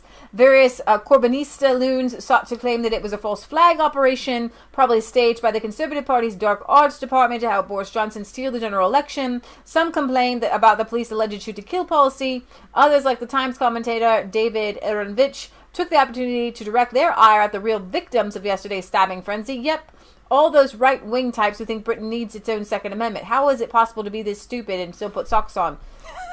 Take away the London Bridge incident. If law-abiding Londoners could carry firearms legally, it probably wouldn't have happened. Amazing how the bold terrorists are when they know their victims are unarmed. And our politicians, including Boris Johnson's squishy conservatives, fear the criticism of the liberal left minority, especially the liberal left media, more than they do either of the threat of terrorism or the wrath of the great British public. All right, so we have Manson didn't kill anyone, and he was put in jail for life. Well said. Stuart the Brit says he led people here. Charles Manson got people to kill people. Chowdhury has created a holy war, and he's out living high life. It's called a conspiracy to commit murder. All right, Stuart the Brit says, that is a typical Englishman. Find them everywhere here, unlike the media view of the English public. I like that. The hero there. Britt Baza says, Michelle, the law of serving half of a prison sentence was handed down by the Labour government of the Tony Blair years. Let's see. Adeline says, arm the people. Dale Jones says the same thing. This would have ended sooner if UK citizens could carry concealed weapons. Stuart the Brit says, Adeline, we are armed more than you know. Well, but okay, but in a situation like this, you could go to jail. Like, let's say you see a terrorist with a knife and you come out and you shoot them. You may be armed, but like nobody's going to use their weapon because they will be put in jail for using it to protect people. Right. So Okay, so we are going to move on to a couple other stories here. This one is Razi Adam convicted for driving into man celebrating christening, killing one. He drove into Razi Adam, who drove into a group of friends in East London and killed a Romanian man celebrating a christening, has been convicted of manslaughter. 25-year-old had been driving to meet co-accused Jack Bush, against whom the jury failed to reach a verdict. On May 5th, arriving to find him drunk and apparently fighting with a group of men. At this point, Adam decided to use his car as a weapon and drove forward, swerving towards it into the group. Adam then made a 3-point turn in the car facing back towards the group. For a second time, he just drove into Raziz Adam. And I wanted to point that out, that this was another, he was there's lots of weapons that can be had. That fire extinguisher, man. Oh, yeah. Jules and Thought says, one guy had a fire extinguisher as a weapon. Citizens need to be able to protect themselves. In my opinion, love to the UK. Absolutely. Yeah, that's quick thinking, though. I'm really happy, Yeah. All right. Former speaker admits he facilitated stopping clean Brexit. It's not really huge. I don't have my Burkow thing. I was looking for it. Like, we've got that little face mask. The order! John Burkow admitted that he had a, quote, handmaiden role in helping to stop a clean break Brexit. He goes on to say, I facilitated colleagues who wanted legally to stop the no-deal Brexit. I think I had a handmaiden role, if I can put it that way, but did I do the deed? I didn't do the deed. I facilitated those who wanted to do the deed. So now he's not the speaker, he's admitting it? He's supposed to be completely neutral, and if he's facilitating one way, he should be facilitating the other way. Mm-hmm. He was asked, is it possible there could be another referendum? He says, yes, it is possible. It may not look that likely at the moment. If you ask me what I think about it, I think that there is a compelling case for the public to be asked to be given their final verdict. I don't see how having more democracy can be undemocratic. Okay, so question. Because I honestly don't know the answer to this. Is the Speaker of the House an elected official that then gets put into that position? Meaning, is he still an elected official right now? I don't believe so. I don't know. I think he's resigned. Okay, he just resigned as like, I'm done, walking away. Done. Yeah. Because the reason why I ask is like Theresa May. She's still in Parliament. Mm-hmm. She's still a member of Parliament. Yeah, don't hear much from her. No, you don't. That's a good thing. She's kind of embarrassed. Yeah, exactly. Speaking of Trump, are we speaking of Trump? So Trump is coming to London for a NATO summit. Wow. And Farage says that Trump will be neutral, and both Boris and Farage are playing down Trump endorsing anything, because they said we saw what Obama did with the promoting that kind of like tipped the scales to get Brexit passed, because when they saw Obama saying, hey, you'll be put in the back of the queue, which David Cameron actually asked him to say, reportedly. Surprise. Yeah. Do we have volume? The speaker is an elected MP. Now, is Burkow still an MP right now? That's the question. don't have the volume of the volumes. This might have gone off. I love his flat cap here. We'll just start. Let's see if we can get some volume here. Nigel Farage says he will obviously appear neutral. Boris Farage played down endorsements ahead of Trump's visit. Prime Minister Boris Johnson and Brexit Party leader Nigel Farage have both played down the possibility of election-related remarks. See the President, I'm on the campaign. And it's going to play. Nigel, with your flat cap, please play for us. So Stefan says no. I'm assuming that's the answer to my question about Burkow. He's not in government anymore. But he is an elected MP, but he's just like you said, he resigned altogether. Like, I'm done. He's going to retire to his... President Trump is going to be flying into London next week for the NATO summit. Any plans to see the President? No plans to see the President. I'm on the campaign trail, and, he will obviously do his utmost to appear to be neutral during all of it.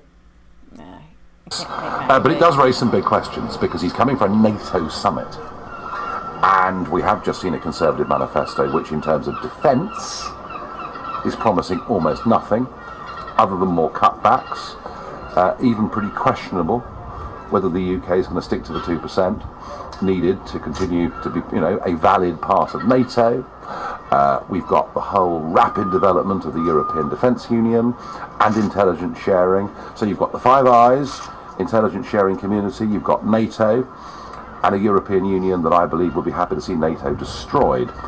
And I think in the middle of all of this next week, Boris Johnson may need to stand up and start saying where we stand on this, and with his Brexit, are we leaving the European Defence Union or not? So I think this time next week, these are going to be huge issues, and the symbolism of Trump coming in, and the fact that, look, we all know that NATO is basically the Americans, with us, and we're a very, very junior part player, and the whole security of Europe is there, promised to be supported by the Americans if the Europeans pay their way, and they're refusing to. So this is actually, in terms of sort of geopolitics, quite a big moment. One of those who criticised Trump over his NATO comments going to eat their words. This has been willful. I've seen it from Juncker, I've seen it from Verhofstadt, I've seen it from Macron. The narrative is, now that Trump's the American president, we can't rely upon the Americans, therefore we have to do it ourselves. It is a load of baloney. And it's just not true. And Trump actually is perfectly clear. You will pay your way, and the club works. You don't pay your way, we've got to start asking ourselves some questions. Many Americans looked to the UK in 2016, the Brexit vote. That gave them hope, and that gave them President Trump. We're in a general election campaign now, and 2020 is just around the corner. If an American voter is looking at the UK next month, what lesson should he be taking away? Well, I think what you're going to see, and I know there's nearly 3 weeks to go, but there's no doubt that Corbyn's brand of really quite hard left socialism, almost verging on Marxism, is not going down well with the electorate. That's one sort of quite big takeout, because you've got voices now in American politics a long way to the left of anything America's ever seen before. So if I was a Republican, I'd say go for Bernie, or go for somebody way out there on the left, because they'll be the right opponent to have. And I think in terms of Brexit, we're much closer than we've been at any point in the last 3.5 years. I mean, we are going to get Brexit. The question now is, what type of Brexit are we going to get? So I think in terms of the re-election campaign of Trump, I think some of the frustrations with the UK will be less this time next year. Okay. Interesting. So I think we're gonna skip that one. I want to go around the world here. There's a few more things. All around the world. I wish I knew the rest of that song. It would be good for our show. Record number of Swedes are taking, of course, sad Vikings. Sad Vikings? Yeah. Why are they sad? Because they're just, so many of them are taking antidepressant medication. Oh, no. A record number of the Swedes stop poppy the pills to make them happy. Okay, more than 1 million Swedes, they decide, are now taking the medication for the depression. A little Italian there with my Swedish. While the study was found that people in Stockholm feel insecure during the surge in crime. So they're sad and afraid. That's really not a great place to be. I mean, that's totally the opposite of the Vikings. Okay, you don't have a good hair day for the. Oh, there it is. Around 1 to 10 in Swedes are now taking antidepressants, a number that has doubled over the last 2 decades. Doubled, becoming one of the country's highest. One of the countries with the highest use of antidepressant drugs. No. I'll just hold it. Okay. Okay. I could hold it for you. I got it. I got it. You want mine? Mine might be bigger. No, yours is great.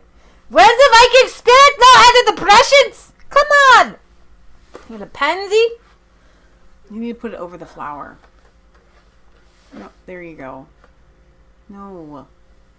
No, that's not even very Viking looking. It'll do there. Nope. Yeah, there, right there. Mikkel Tiger, a psychiatrist and researcher, stated that there are several reasons for the rise, including cheaper medication, less stigma attached to those who take drugs. That's what they're saying. The most significant increase in demand for the drugs has been children aged 10 to 14. What? And individuals over 80 years old. Increasing levels of crime have also led to more residents in and around Stockholm becoming anxious over being alone in some public places. So let's just pop those zappy pills. Because there are good fears and there are bad fears. Okay? Mm-hmm. There's a reason sometimes to be a little nervous. And if you take away that reason for being nervous, you might not be ready when something is crazy. So we have Stockholm Syndrome. In Stockholm. Which is identifying with your captor. Mm-hmm. And now we have another emotional breakdown. That is the perfect way to wear that hat, if you ever need to know. That's the perfect way to wear that hat. That's the perfect hairstyle for that hat. Over the last 8 years, the number of people who feel unsafe in their own neighborhood during the day have doubled from 11 to 20. Nearly half, 44%, say they do not feel safe alone at night. The report claims that every third person has refrained from activities. So 1 in 3 people have refrained from activities and stayed home due to fears over being victim to crime because they don't have the right helmets, they don't have the right shields, and they're not carrying their swords. If you were carrying your sword, you wouldn't be afraid because you just take them down, take them out, right? But you're not allowed to wear a sword. You're not even allowed to carry mace. With women and young people expressing the most levels of anxiety. Yeah, you know why? Because they've grown big in Sweden. So guys aren't being raped. You know what the good news is? The shootings and the crimes are more the threats and violence against socially important functions create insecurity among the people. And the good news is. Right. So if you're in the chastity belt making business, you're doing well in Sweden. They literally have it's really just kind of like a straight jacket underwear for women. They're not like the metal kind with the key. What if you miss the key? You lose the key. No, there's no key involved, okay? But it's literally something that I don't know how they work, but they are selling like hotcakes in Sweden. That's terrifying. Germany that they're really selling. They're really selling in Sweden and Germany. A local moderate party politician, Irene Svensson. How do you get that wrong? How do you even get that wrong? I was trying to Sven on Ias. But you pronounced it 7. You literally started. How many times have we ever been anywhere and anybody goes to say our name and they say Svensson? It's dyslexia. They literally call us Svensson. When so many people are insecure, it's a tearing apart to societies. The study echoes similar reports released in January that say that nearly half of women in their 20s feel insecure, fearing they could become victim of a crime. That's not fun. Why? Because Sweden arrests Islamic State returnee for multiple crimes. No, they're probably going to get stuff that you don't want, actually. Do that. No. But they have, I was trying to Google, don't Google it because you get bad stuff. That's a chastity belt. You would Google the German anti-rape underwear or something.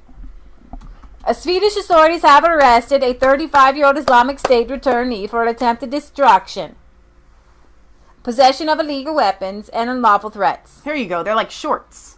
They're literally shorts that have this, and they do have a lock. Here, let me show this to these people. This is great. So in Sweden and in Germany, these things are selling like hotcakes. Could you imagine having to wear one though? I mean, that's awful. But I like that it's available. I like that it's available for them. This 35-year-old was arrested by police in Gothenburg on Friday after investigators were alerted to serious illegal threats made by the man. They were also alerted to a potentially dangerous object, but technicians later claimed the object was harmless. We consider him an ISIS returnee, said the Swedish security police, and has had a good look at him. The Swedish police have had a good look at him. In March of this year, it was claimed that at least 1 in 3 Islamic State returnees had committed serious crimes after returning to Sweden from the Middle East. And that's why people are afraid. Various offenses have included drug-related crimes, fraud, extortion, money laundering, abuse, and a 31-year-old charged with attempted murder for attacking another man with a pair of scissors last July. Sweden has had problems deporting radical Islamic extremist migrants as well, including several imams and others who were set for deportation until a court overruled the government.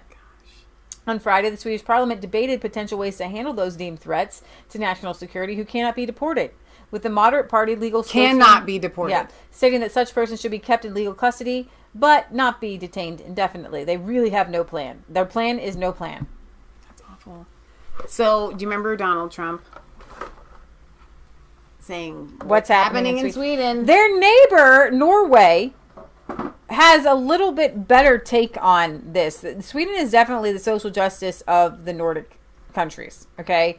Denmark and Norway are looking at Sweden like, faux real. Faux real. What has happened to our Nordic alliance? The trifecta. Faux real, Sweden.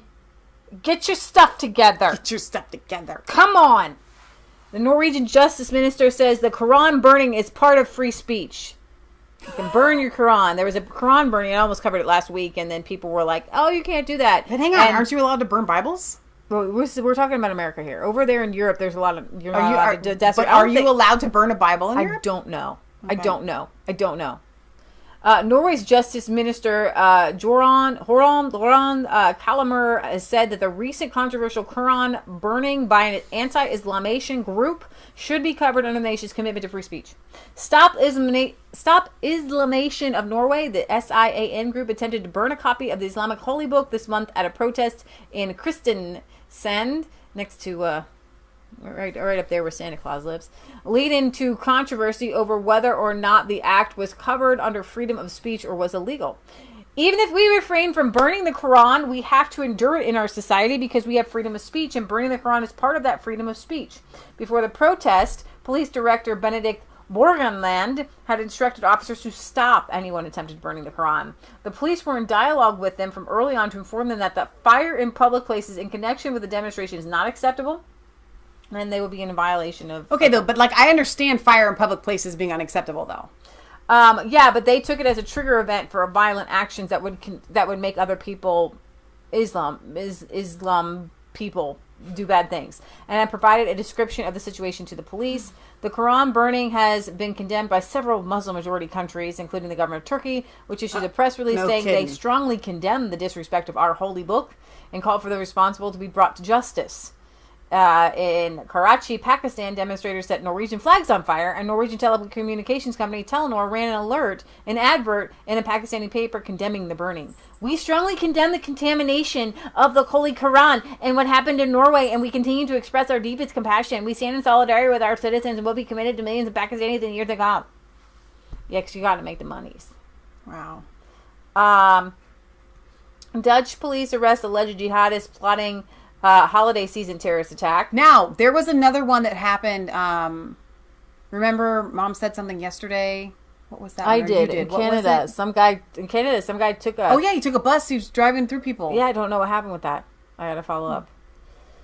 Dutch police have arrested 2 men this week on suspicion of preparing a terrorist attack during the holiday season using explosive vests and car bombs.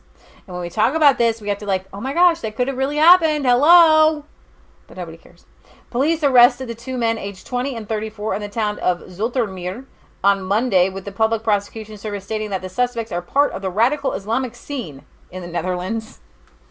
There's a radical Islamic scene in the Netherlands? Now, hang on. Where's the Hague again? Where's the Hague? The Netherlands. The stabbing that just happened also on Friday. 3 kids. Another Christmas attack. So there's no surprise there. Because there's a radical Islamic scene. They were actively looking for instructions to make explosives.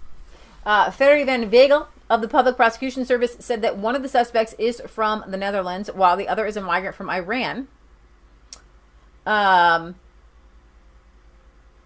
And Mr. Van Vegel noted these people were looking for methods to learn how to make and use bombs. Investigators say no explosive materials or firearms were found during the arrest of the 2 men, but police did uncover a hidden compartment in the ceiling of the home of one of the men, which contained a dagger, an axe, a mobile phone, and several SIM cards.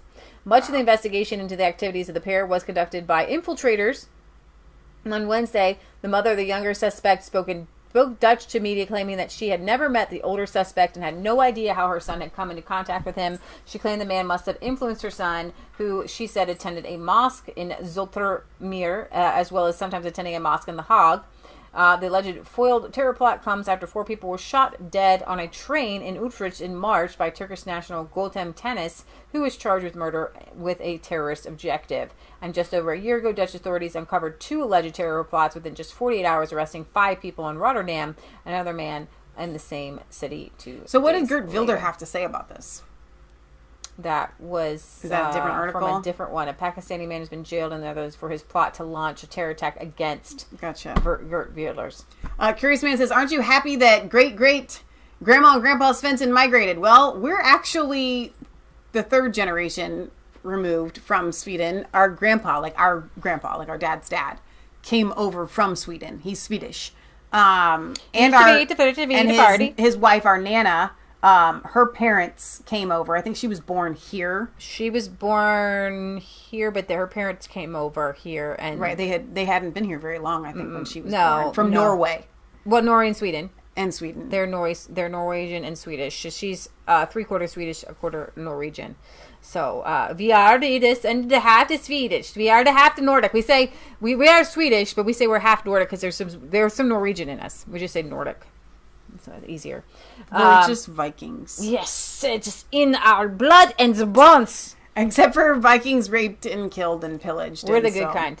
Yeah. We're the rehabilitated. We went to the Safe Learning Center of the Fishmongers Hall thing. All we do is drive fjords and have great bonfires and drink a lot of kombucha. All right, Switzerland arrests Islamic State fighter who posed as asylum seeker. Police in that fuzzy little furry family-friendly, fantastical land of Switzerland have arrested an alleged Islamic State fighter who said to have lived in the country as an asylum seeker for at least 6 months. Police arrested the suspected fighter on Saturday, according to the Swiss Public Ministry. Authorities said he had lived at an asylum home in the town of Alterstetten before being sent to another in Krugenlinsgung. 20 Minutes reports other migrants living in Altstetten asylum home say the suspect acted in a manner where he became a leading figure in the residential home, giving out orders. While some migrants complained about the way the alleged jihadist was acting, authorities did nothing to stop him. Wow. Following his transfer to the other place, Krugelungen, several migrants came forward stating that they recognized the suspect on Saturday. He had been an Islamic State militant. A short time later, a picture emerged of the suspect dressed in blue fatigues, which convinced the prosecutors who then had the suspect arrested. Since the height of the migrant crisis in 2015, many have warned that Islamic State would use the uncontrolled flow of people, and we know this, going in and out. So Switzerland has arrested somebody, but the problem is like not knowing these people who are coming in. It's almost like, how can you allow in people you don't have a pass for? They don't have papers, they don't have pictures, they don't have a social media account, they don't have a pass, and then you just let them in. It's absolutely mind-bogglingly insane, and it's all men of fighting age. Like, it's not like migrant families who are really fleeing something. You know, when I was a kid, what was it? And forgive me for literally not remembering or even knowing. What was the refugee crisis in the 90s? I mean, it was a really big deal because I remember it as a child, right? Like the early 90s, there was a refugees crisis, and I just remember them showing, I'm getting to a point here, and somebody else can tell me what it was. I remember them showing whole families just like kind of caravanning around with tents, and we're talking thousands and thousands of people that were seeking asylum, and they were legitimate refugees, and you saw the families. Well, I don't know. I think a bunch of them came here from Somalia. One of them is Ilhan Omar. Could be. I'm just saying, at least they were families. And now they in Minnesota. Yeah. Yeah, we're talking about Somalia. Rwanda? No. Maybe, yeah. Haiti? There's a bunch of them. Yeah, Haiti. I think there might have been some. And Adeline says it was Somalia. Yeah. So, yeah. I just remember seeing a lot of pictures of families. You did, and they broke your heart. And Ilhan Omar is not really an Omar, and she used somebody else's name to get here. So they used your heartstrings, and you're picturing these people coming in our country. You're like, as a kid, you're like, oh, it's so good. It's not so good. Help them where they're at. It's not so good. I'm not saying don't tell help us people. What you really think, Leah. Well, these guys are telling German capital what they think. 8,600 tractors paralyzed German capital, protesting farmers again. No, this is the second time they've done this. Thousands of farmers across Germany took the streets of Berlin on Tuesday to protest the government's agricultural policy, with an estimated 8,600 tractors blocking traffic. That's intense. Now, this is the news you don't get anywhere else, because this would be one of those like, hey, we're going to talk about this all week type thing. But no, did you hear about it on ABC? Did you hear about it on NBC? Did you hear about it on your local news? No. It's a big deal. You're not hearing about Hong Kong either. Organizers of the event claimed that as many as 40,000 people took part in the demonstration, while Berlin police estimated the number of tractors, which caused a shutdown in Berlin's regular traffic around 8,600. The purpose of the protest was to demonstrate against new agricultural policies introduced by government Chancellor Merkel, which would see much stricter environmental rules imposed on the nation's farmers. Whatever you did over here is falling out of my hair. That. It's just falling. Farmer Frank Schmidt, that's a really great German name, who co-organized the demonstration, said that he and many others farmers are angry with the new policy, saying that he received as many as 3,000 messages in support in his one group here. One of the chief concerns for the farmers is new regulations on fertilizer are pushed by the European Union in areas where nitrates have contaminated the groundwater. The rules will mean many farmers will have to fertilize at a rate of 20% less than the current amount. I don't believe what they're doing is offering any sort of alternative. Farmer Schmidt added that the German farmers are also seeing increased pressure from food retailers who are importing a growing amount of cheap meat and produce from Eastern Europe and South America. Wow. The farmer uprising began several months ago when in October thousands of tractors blocked traffic in Hamburg and several other cities. While the protests are about the cost of business, many of the younger farmers also reportedly see themselves being portrayed in a negative light by climate alarmists and said they feel urbanites view them as stupid and greedy. During the protest, Minister of the Environment Svenja Schultz attempted to speak to the crowd, saying he wants the farmers to be part of the solution, but was rebuffed by the angry farmers who booed her off the stage. When you're Swedish and what that person is saying isn't Nanja any of your Svenja. business, it's Svenja. Nanja Svenja. I want to just talk here just a second, because we're going to sign off here in a second, about this is a really big deal. And when you have had the industrialization of farming over the years and the government's fingers, and this is one of the horrible results of the European Union, where we don't even hear about it anymore because Marine Le Pen isn't running, but she was interviewed and said the French farmers are committing suicide because you need to be valued, and this is why you need to have each country sovereign. Thank you. Because Germany does things great. They should not be importing sausages or a lot of beer. Okay? France should not be importing a lot of cheese or wine. Okay? You can do exchanges, but your farmers come first. Yeah. And you value, because we talk about, food and too many people and blah, blah, blah. People are not machines. You've got to wake up every day thinking that what you do is valued, that the effort that you put into something you're going to receive back. And that it's yours. So I'm thinking of, what was it? Not the Hunger Games, but the other girl, Divergent. Where, if you haven't seen the Divergent series movies, there are jobs within the, wherever, whatever you want to call it. Yeah. And pick you and they put you there. Well, no, you get to kind of choose. No, they do pick you. They tell you where you're going to go.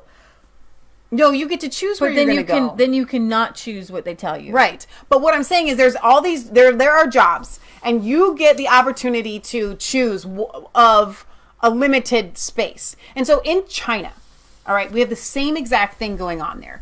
You kind of get a small choice, but you only get to choose between... You take a test, and they say your aptitude is this. Are you talking about Divergent, or do they do that in China? In China. Okay, so it's the same thing. Our Chinese friend said, no, you take a test, and they tell you, here's where you're good at. You get to choose from this range. But my point is, you're part of the hive. Right. You're part of the collective. Right. And so you get a job, you get assigned a job, right? And you may have the illusion of choice, okay? When you're a farmer... as a part of the European Union, you are no longer, I want to be a farmer. I want to grow corn, or I want to grow, raise pigs, or I want to raise cows or cattle, right? And that's my passion. Right. No! You are part of the collective. You produce our food. And we tell you what you can and cannot grow. And if there is too much pork, we're going to tell you to stop raising pigs. You're going to have to do something else that we approve of. And that's what has happened. What are you looking for? I was just looking at it. In the European Union. See, we got all these and that's why books. These are my fun little That's why Brexit. Why Brexit? That's why Brexit. Because people wanted to be able to control what they do in life. It's not that hard. The fisheries. That's why it's such a big deal, because they're being told you can't fish. You don't own your boat. You don't own what you do. You aren't yourself. You belong to the state. And if the state tells you that you can't do something, by golly, you ain't gonna do it. So this is one of my favorite books. And when we're talking about the European Union, they pretend that they want to keep people like This is where my beef is really on the line with the climate alarmist. Because under EU rules, you can't live a simple life. Right. They want technology. They go back and forth. They make it so that you're totally confused. They play the BBC off some little garden things and rolling hills and the sheep. But when you're trying to actually live that life, they put every block and impediment in front of you. Guess what, guys? When you raise animals, you really need to have a firearm. And you definitely need to have a lot of knives. A lot of knives. And a lot of good sharp knives. Okay? And you might even need to carry some around. This book is so cool. It's got like everything that you need, from attracting hummingbirds, baking bread, braiding rugs, breeding livestock, taking care of your tack for horses, wildflower meadows, and it has all these how to make making natural milk soap, and shows you how to make molds for making soap. And when you're so strapped by a socialist regime, where we're talking about this, moms can't stay at home anymore in the UK. It's very, very difficult all across Europe because they have to make money, because the people who used to be artisans and could stay at home and make things at home and maybe make a living from home, you're not allowed to do that. And what's incredibly sad about it is that the BBC has a lot of documentaries about living the simple life. I know. And it's like something that you just get to think about, but it's not something that you ever get to do unless you're part of some sort of documentary. And I know you guys have always told us that the land is definitely tied up, and it's not really fair. And this is what you have when you have like a totalitarian regime, and that's why people came to America. That's why I celebrate Thanksgiving and blah blah blah blah blah. But you guys could make a better go of it if you weren't this united Europe where everything was controlled. That's why we support Brexit, because at least in one respect, the UK can separate themselves from these draconian laws. Right. And we do need to have the climate alarmists are actually there. And I'm just, by Satan, demonically led to get your eyes off of what is really causing. I hear it all the time. Everybody's talking about carbon. Even the climate alarmists, even like the people who aren't so bad on climate alarm. It's the carbon, it's the carbon, it's the carbon. We're damaging the planet because of carbon. Well, how about we're just damaging the planet? Okay, how about we're damaging the planet by what you can see? The industrialization, paving paradise and building the parking lots and building these giant, well, especially in America, giant homes or the buildings. You guys don't have homes like we do. It's crazy. I walk in them every single day. The middle class in America lives large. But they don't enjoy life. They don't. They're not happy. They have to buy everything. They have to buy going out to eat. They have to consume because it's a cancer. They keep having to feed it. And slowing that down and just taking a step back and looking at what nobody feels good in my opinion, in the suburbs or in the city. It's not a pretty place to be. That's why they have special nature places. And I was driving home today, and I know I'm not a big fan of public parks and state parks. And it sounds really awful. And national parks, because the government shouldn't own land like that. Right. Okay. But you shouldn't have to have a public park to go to de-stress, because nature is. Mom did a blog yesterday talking about how beautiful nature is, how calming nature is, and how wonderful it is. People take drives in the country because it calms them down. Right. And the reason you can't live in the country is they printed so many crazy fake paper dollars, as Mom pointed out. This is the simplest way to put it. Some evil guy said, I have this much gold. I want more gold, but I can't get more gold because I don't want to work for it and I don't want to earn it. So what I'm going to do is I'm going to create this printing press, and it's going to represent, if I have, $10 in gold, suddenly I'm going to have $100 in paper money, and I'm going to say it's because of my gold. And then these people, the bankers, get the first take of all that new printing of money and how the new inflation, so that that's how the rich constantly are getting richer, because as inflation goes up, they take the first cut off the top. They take the next first cut off the top. So like, let's say everything is $5, okay? Then they take the first cut off the top, and they have an influx of money, so they can buy everything at $5, and suddenly all the new money is in there, and you get a raise, but now you get a raise, but everything is $10. But before the price went up to 10, the people at the top bought everything at 5. Exactly. And then they say, but look, you got a raise. But now it's the same. But now it's $10. And wait, and now cars are even more expensive to and try. I can't even afford. Like, yeah, I'm making more money, but now I can't even buy a car, which I could have when I was making less money. I can't buy the same amount of car. Exactly. Because a car is way more expensive. Inflation outpaces in. So I mean, we're talking, inflation far outpaces people getting raises. I encourage everybody to get this little book. It's so fun. On just all the different little things to learn on Go how. to like halfbooks.com or something. Yeah. Half price books, because don't pay full price. Yeah, I have cheese recipes here. Everything. If you're caught, why I suggest everybody to get this is if the poop hits the fan, this book will get you through life. That book, the complete guide, will help you get through life. It's a great book. I love it. I love that book. So we're going to sign off here. There's good news. Good news. Hong Kong, God is moving. Things are even when we talk about bring the terrorists to light, we bring it to light so people can see it, so people can know the truth. And the truth will set you free. So yeah. Mr. Mikey says, and the Fed. Yes. Absolutely. So we're on. So we have 30 days of Christmas songs. Is that what this is? I guess you can still sing them through New Year. So technically, we could sing 30 days of Christmas songs. So what do you want to sing? So we have 11 months. We can't sing Christmas songs.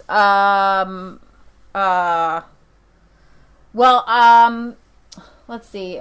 There's a bunch. I love to sing "God Rest You Merry Gentlemen" with my guitar. So not that one because I've had that in my head this week. Let's see. You want to sing? That's a good one for a cappella. Oh, holy night, the stars are brightly shining.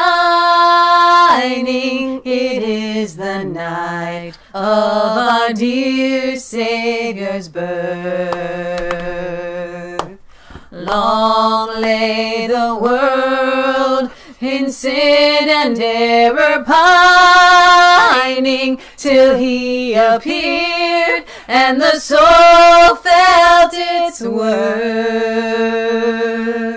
A thrill of hope, the weary world rejoices, for yonder breaks a new and glorious morn. Fall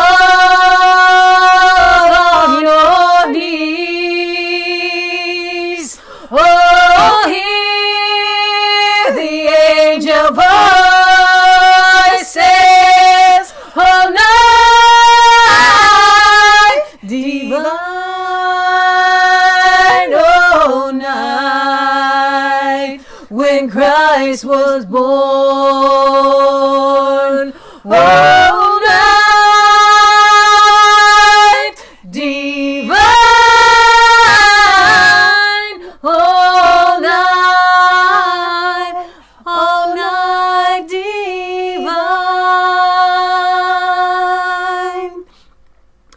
there's more to that. Yeah, you didn't bring up the rest of the verses. Well, that's what came up. Well, then Google more lyrics. You need to. Oh, Holy Night lyrics would probably have been. I thought that's what I did. No, it should just come up. Oh, Holy Night. Okay, put the lyrics. Continue. No. Oh, this is the one we're looking for. There's only like one more. Because we don't know that one. Truly he taught us to love one another. His law is love, and his gospel is peace. Chains shall he break, for the slave he is our brother, and in his name all oppression shall cease. Sweet hymns of joy in grateful chorus raise we, let all within us praise his holy name. Christ is the Lord. Let us ever praise we his power and glory evermore proclaim his power and glory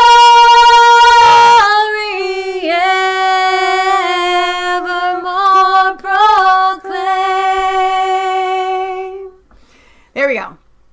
Of course, that's Andre Bocelli singing it, I'm sure, far better than us. But so we've started the Christmas season. There's a slew of songs. There are so many, many, many songs.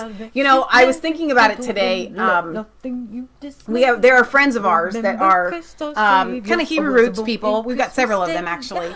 And they don't celebrate Christmas. And I always think to myself, and I love my friends so much, but I always think to myself, no, not why. Not why. I understand why. But like, when do you sing the hymns that were written about Christ's birth? Do you sing them throughout the year, or do you just chuck it all because you just randomly call it Christmas? Like, I think that's strange. There are no more powerful songs on this earth than the songs that have been, the hymns that have been written about Christ's birth. Amen. You know, like, I can't imagine not singing those songs. I can't imagine being in a grocery store and those songs coming on, and I don't celebrate Christmas, but I love Christ, and I think I can't sing them. I know. That's weird. Oh, come, all ye faithful, joyful and triumphant. Oh, come ye to Bethlehem. Come and behold him, born the King of ages. Oh, come, let us adore him. Oh, come, let us adore him. Oh, come, let us adore him. Christ the Lord. It's so great. Like, there's no not singing that. I don't care. If you're a Christian, don't celebrate Christmas, whatever. Sing the daggum songs, man. In all honesty, I've been doing some research on this today, and I want to do a video on it later on, okay?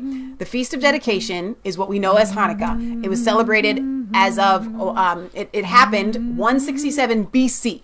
Before Christ.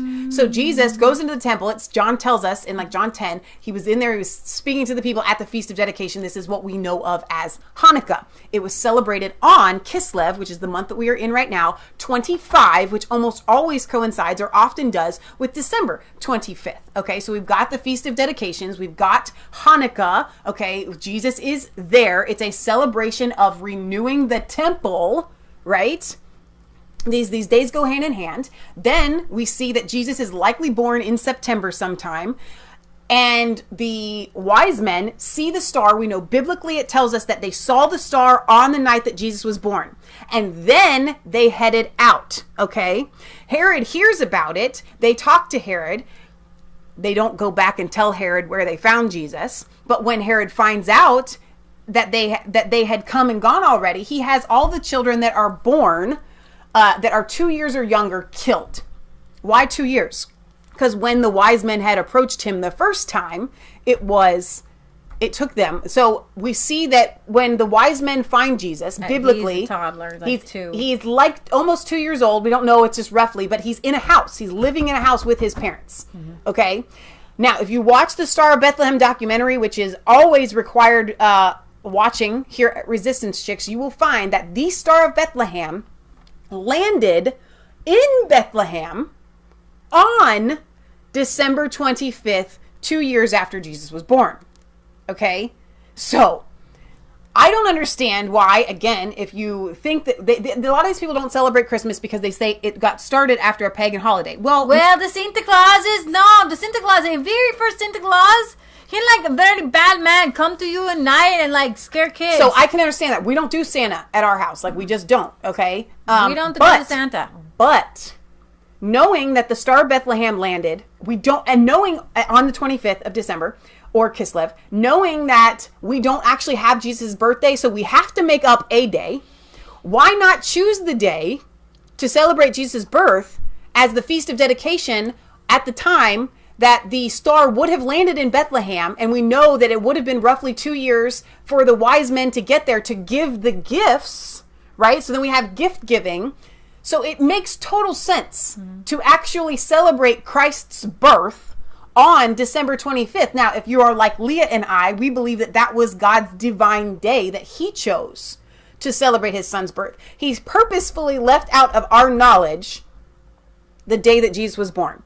We don't have a birthday, Okay, I think it would have been too idolized. Exactly. And so this time around the Feast of Dedication, where the second temple, not the second temple, but another temple was renewed, all the kind of idols and the bad worship gets put to the wayside. We want to worship God again. We got the Feast of Dedication. It's a feast that Jesus would have been celebrating. Okay, we know that the wise men came at the Star of Bethlehem probably on the 25th. Why wouldn't you? So a lot of these people, they just don't ever celebrate Jesus' birth, and I think that's really sad. The end. So I don't know. You guys probably had comments on that. We have a P.O. box. If you want to send some letters, we'll read them on there. 107 Milford, Ohio 45150. Right. Remember to like and comment and subscribe to Mass Faith 3 and Resistance Chicks channel. You're on this Mass Faith 3. We have a Resistance Chicks YouTube channel. That's our backup channel. Right. We have a Resistance Chicks website. Right. Go and make sure you can find it. And if we ever get lost in YouTube world, we'll be there. Right. So to clarify, Mikey says that the star and the birth was September 11th. I haven't heard that exact day, but I do know that biblically speaking, we know that the star appeared to the wise men on the day that Jesus was born. That's when it appeared. Now, we do know astronomically speaking that it traveled and landed over Bethlehem on December 25th, 2 years after that fact, astronomically speaking. So I don't gotta watch the Bethlehem. You have to watch the Bethlehem Star documentary. You have to. Britbot says, Michelle, Jerusalem is about Jesus, so please sing it. No. It is a very difficult song to sing. That is the only reason. I like the song, okay? It's so hard. It's very challenging. So we're going to sign off here. We love you. God loves you. God bless. Remember, it's not just a conspiracy theory if it's actually the truth. Speaking of Mr. Mikey, Mom shared your documentary everywhere. Your Thanksgiving, not documentary, your compilation. She loved it. We watched it on Thanksgiving Day, so you guys can go to Mr. Mikey's page and check that out. I think it's Mikey. It might be Mikey B. Are there two different channels? I don't want to get it confused. It's Mikey in there. So forgive me if I'm getting that wrong. But he does say celebrate Jesus every day is what matters anyway. I agree, but I think that it's really important for us to, historically, throughout the whole Bible, we have special days. Special days to celebrate things. Like Passover or Purim or... Yeah, exactly. So remember, it's not just a conspiracy theory if it's actually the truth. We love you. God loves you. God bless. Good night, guys.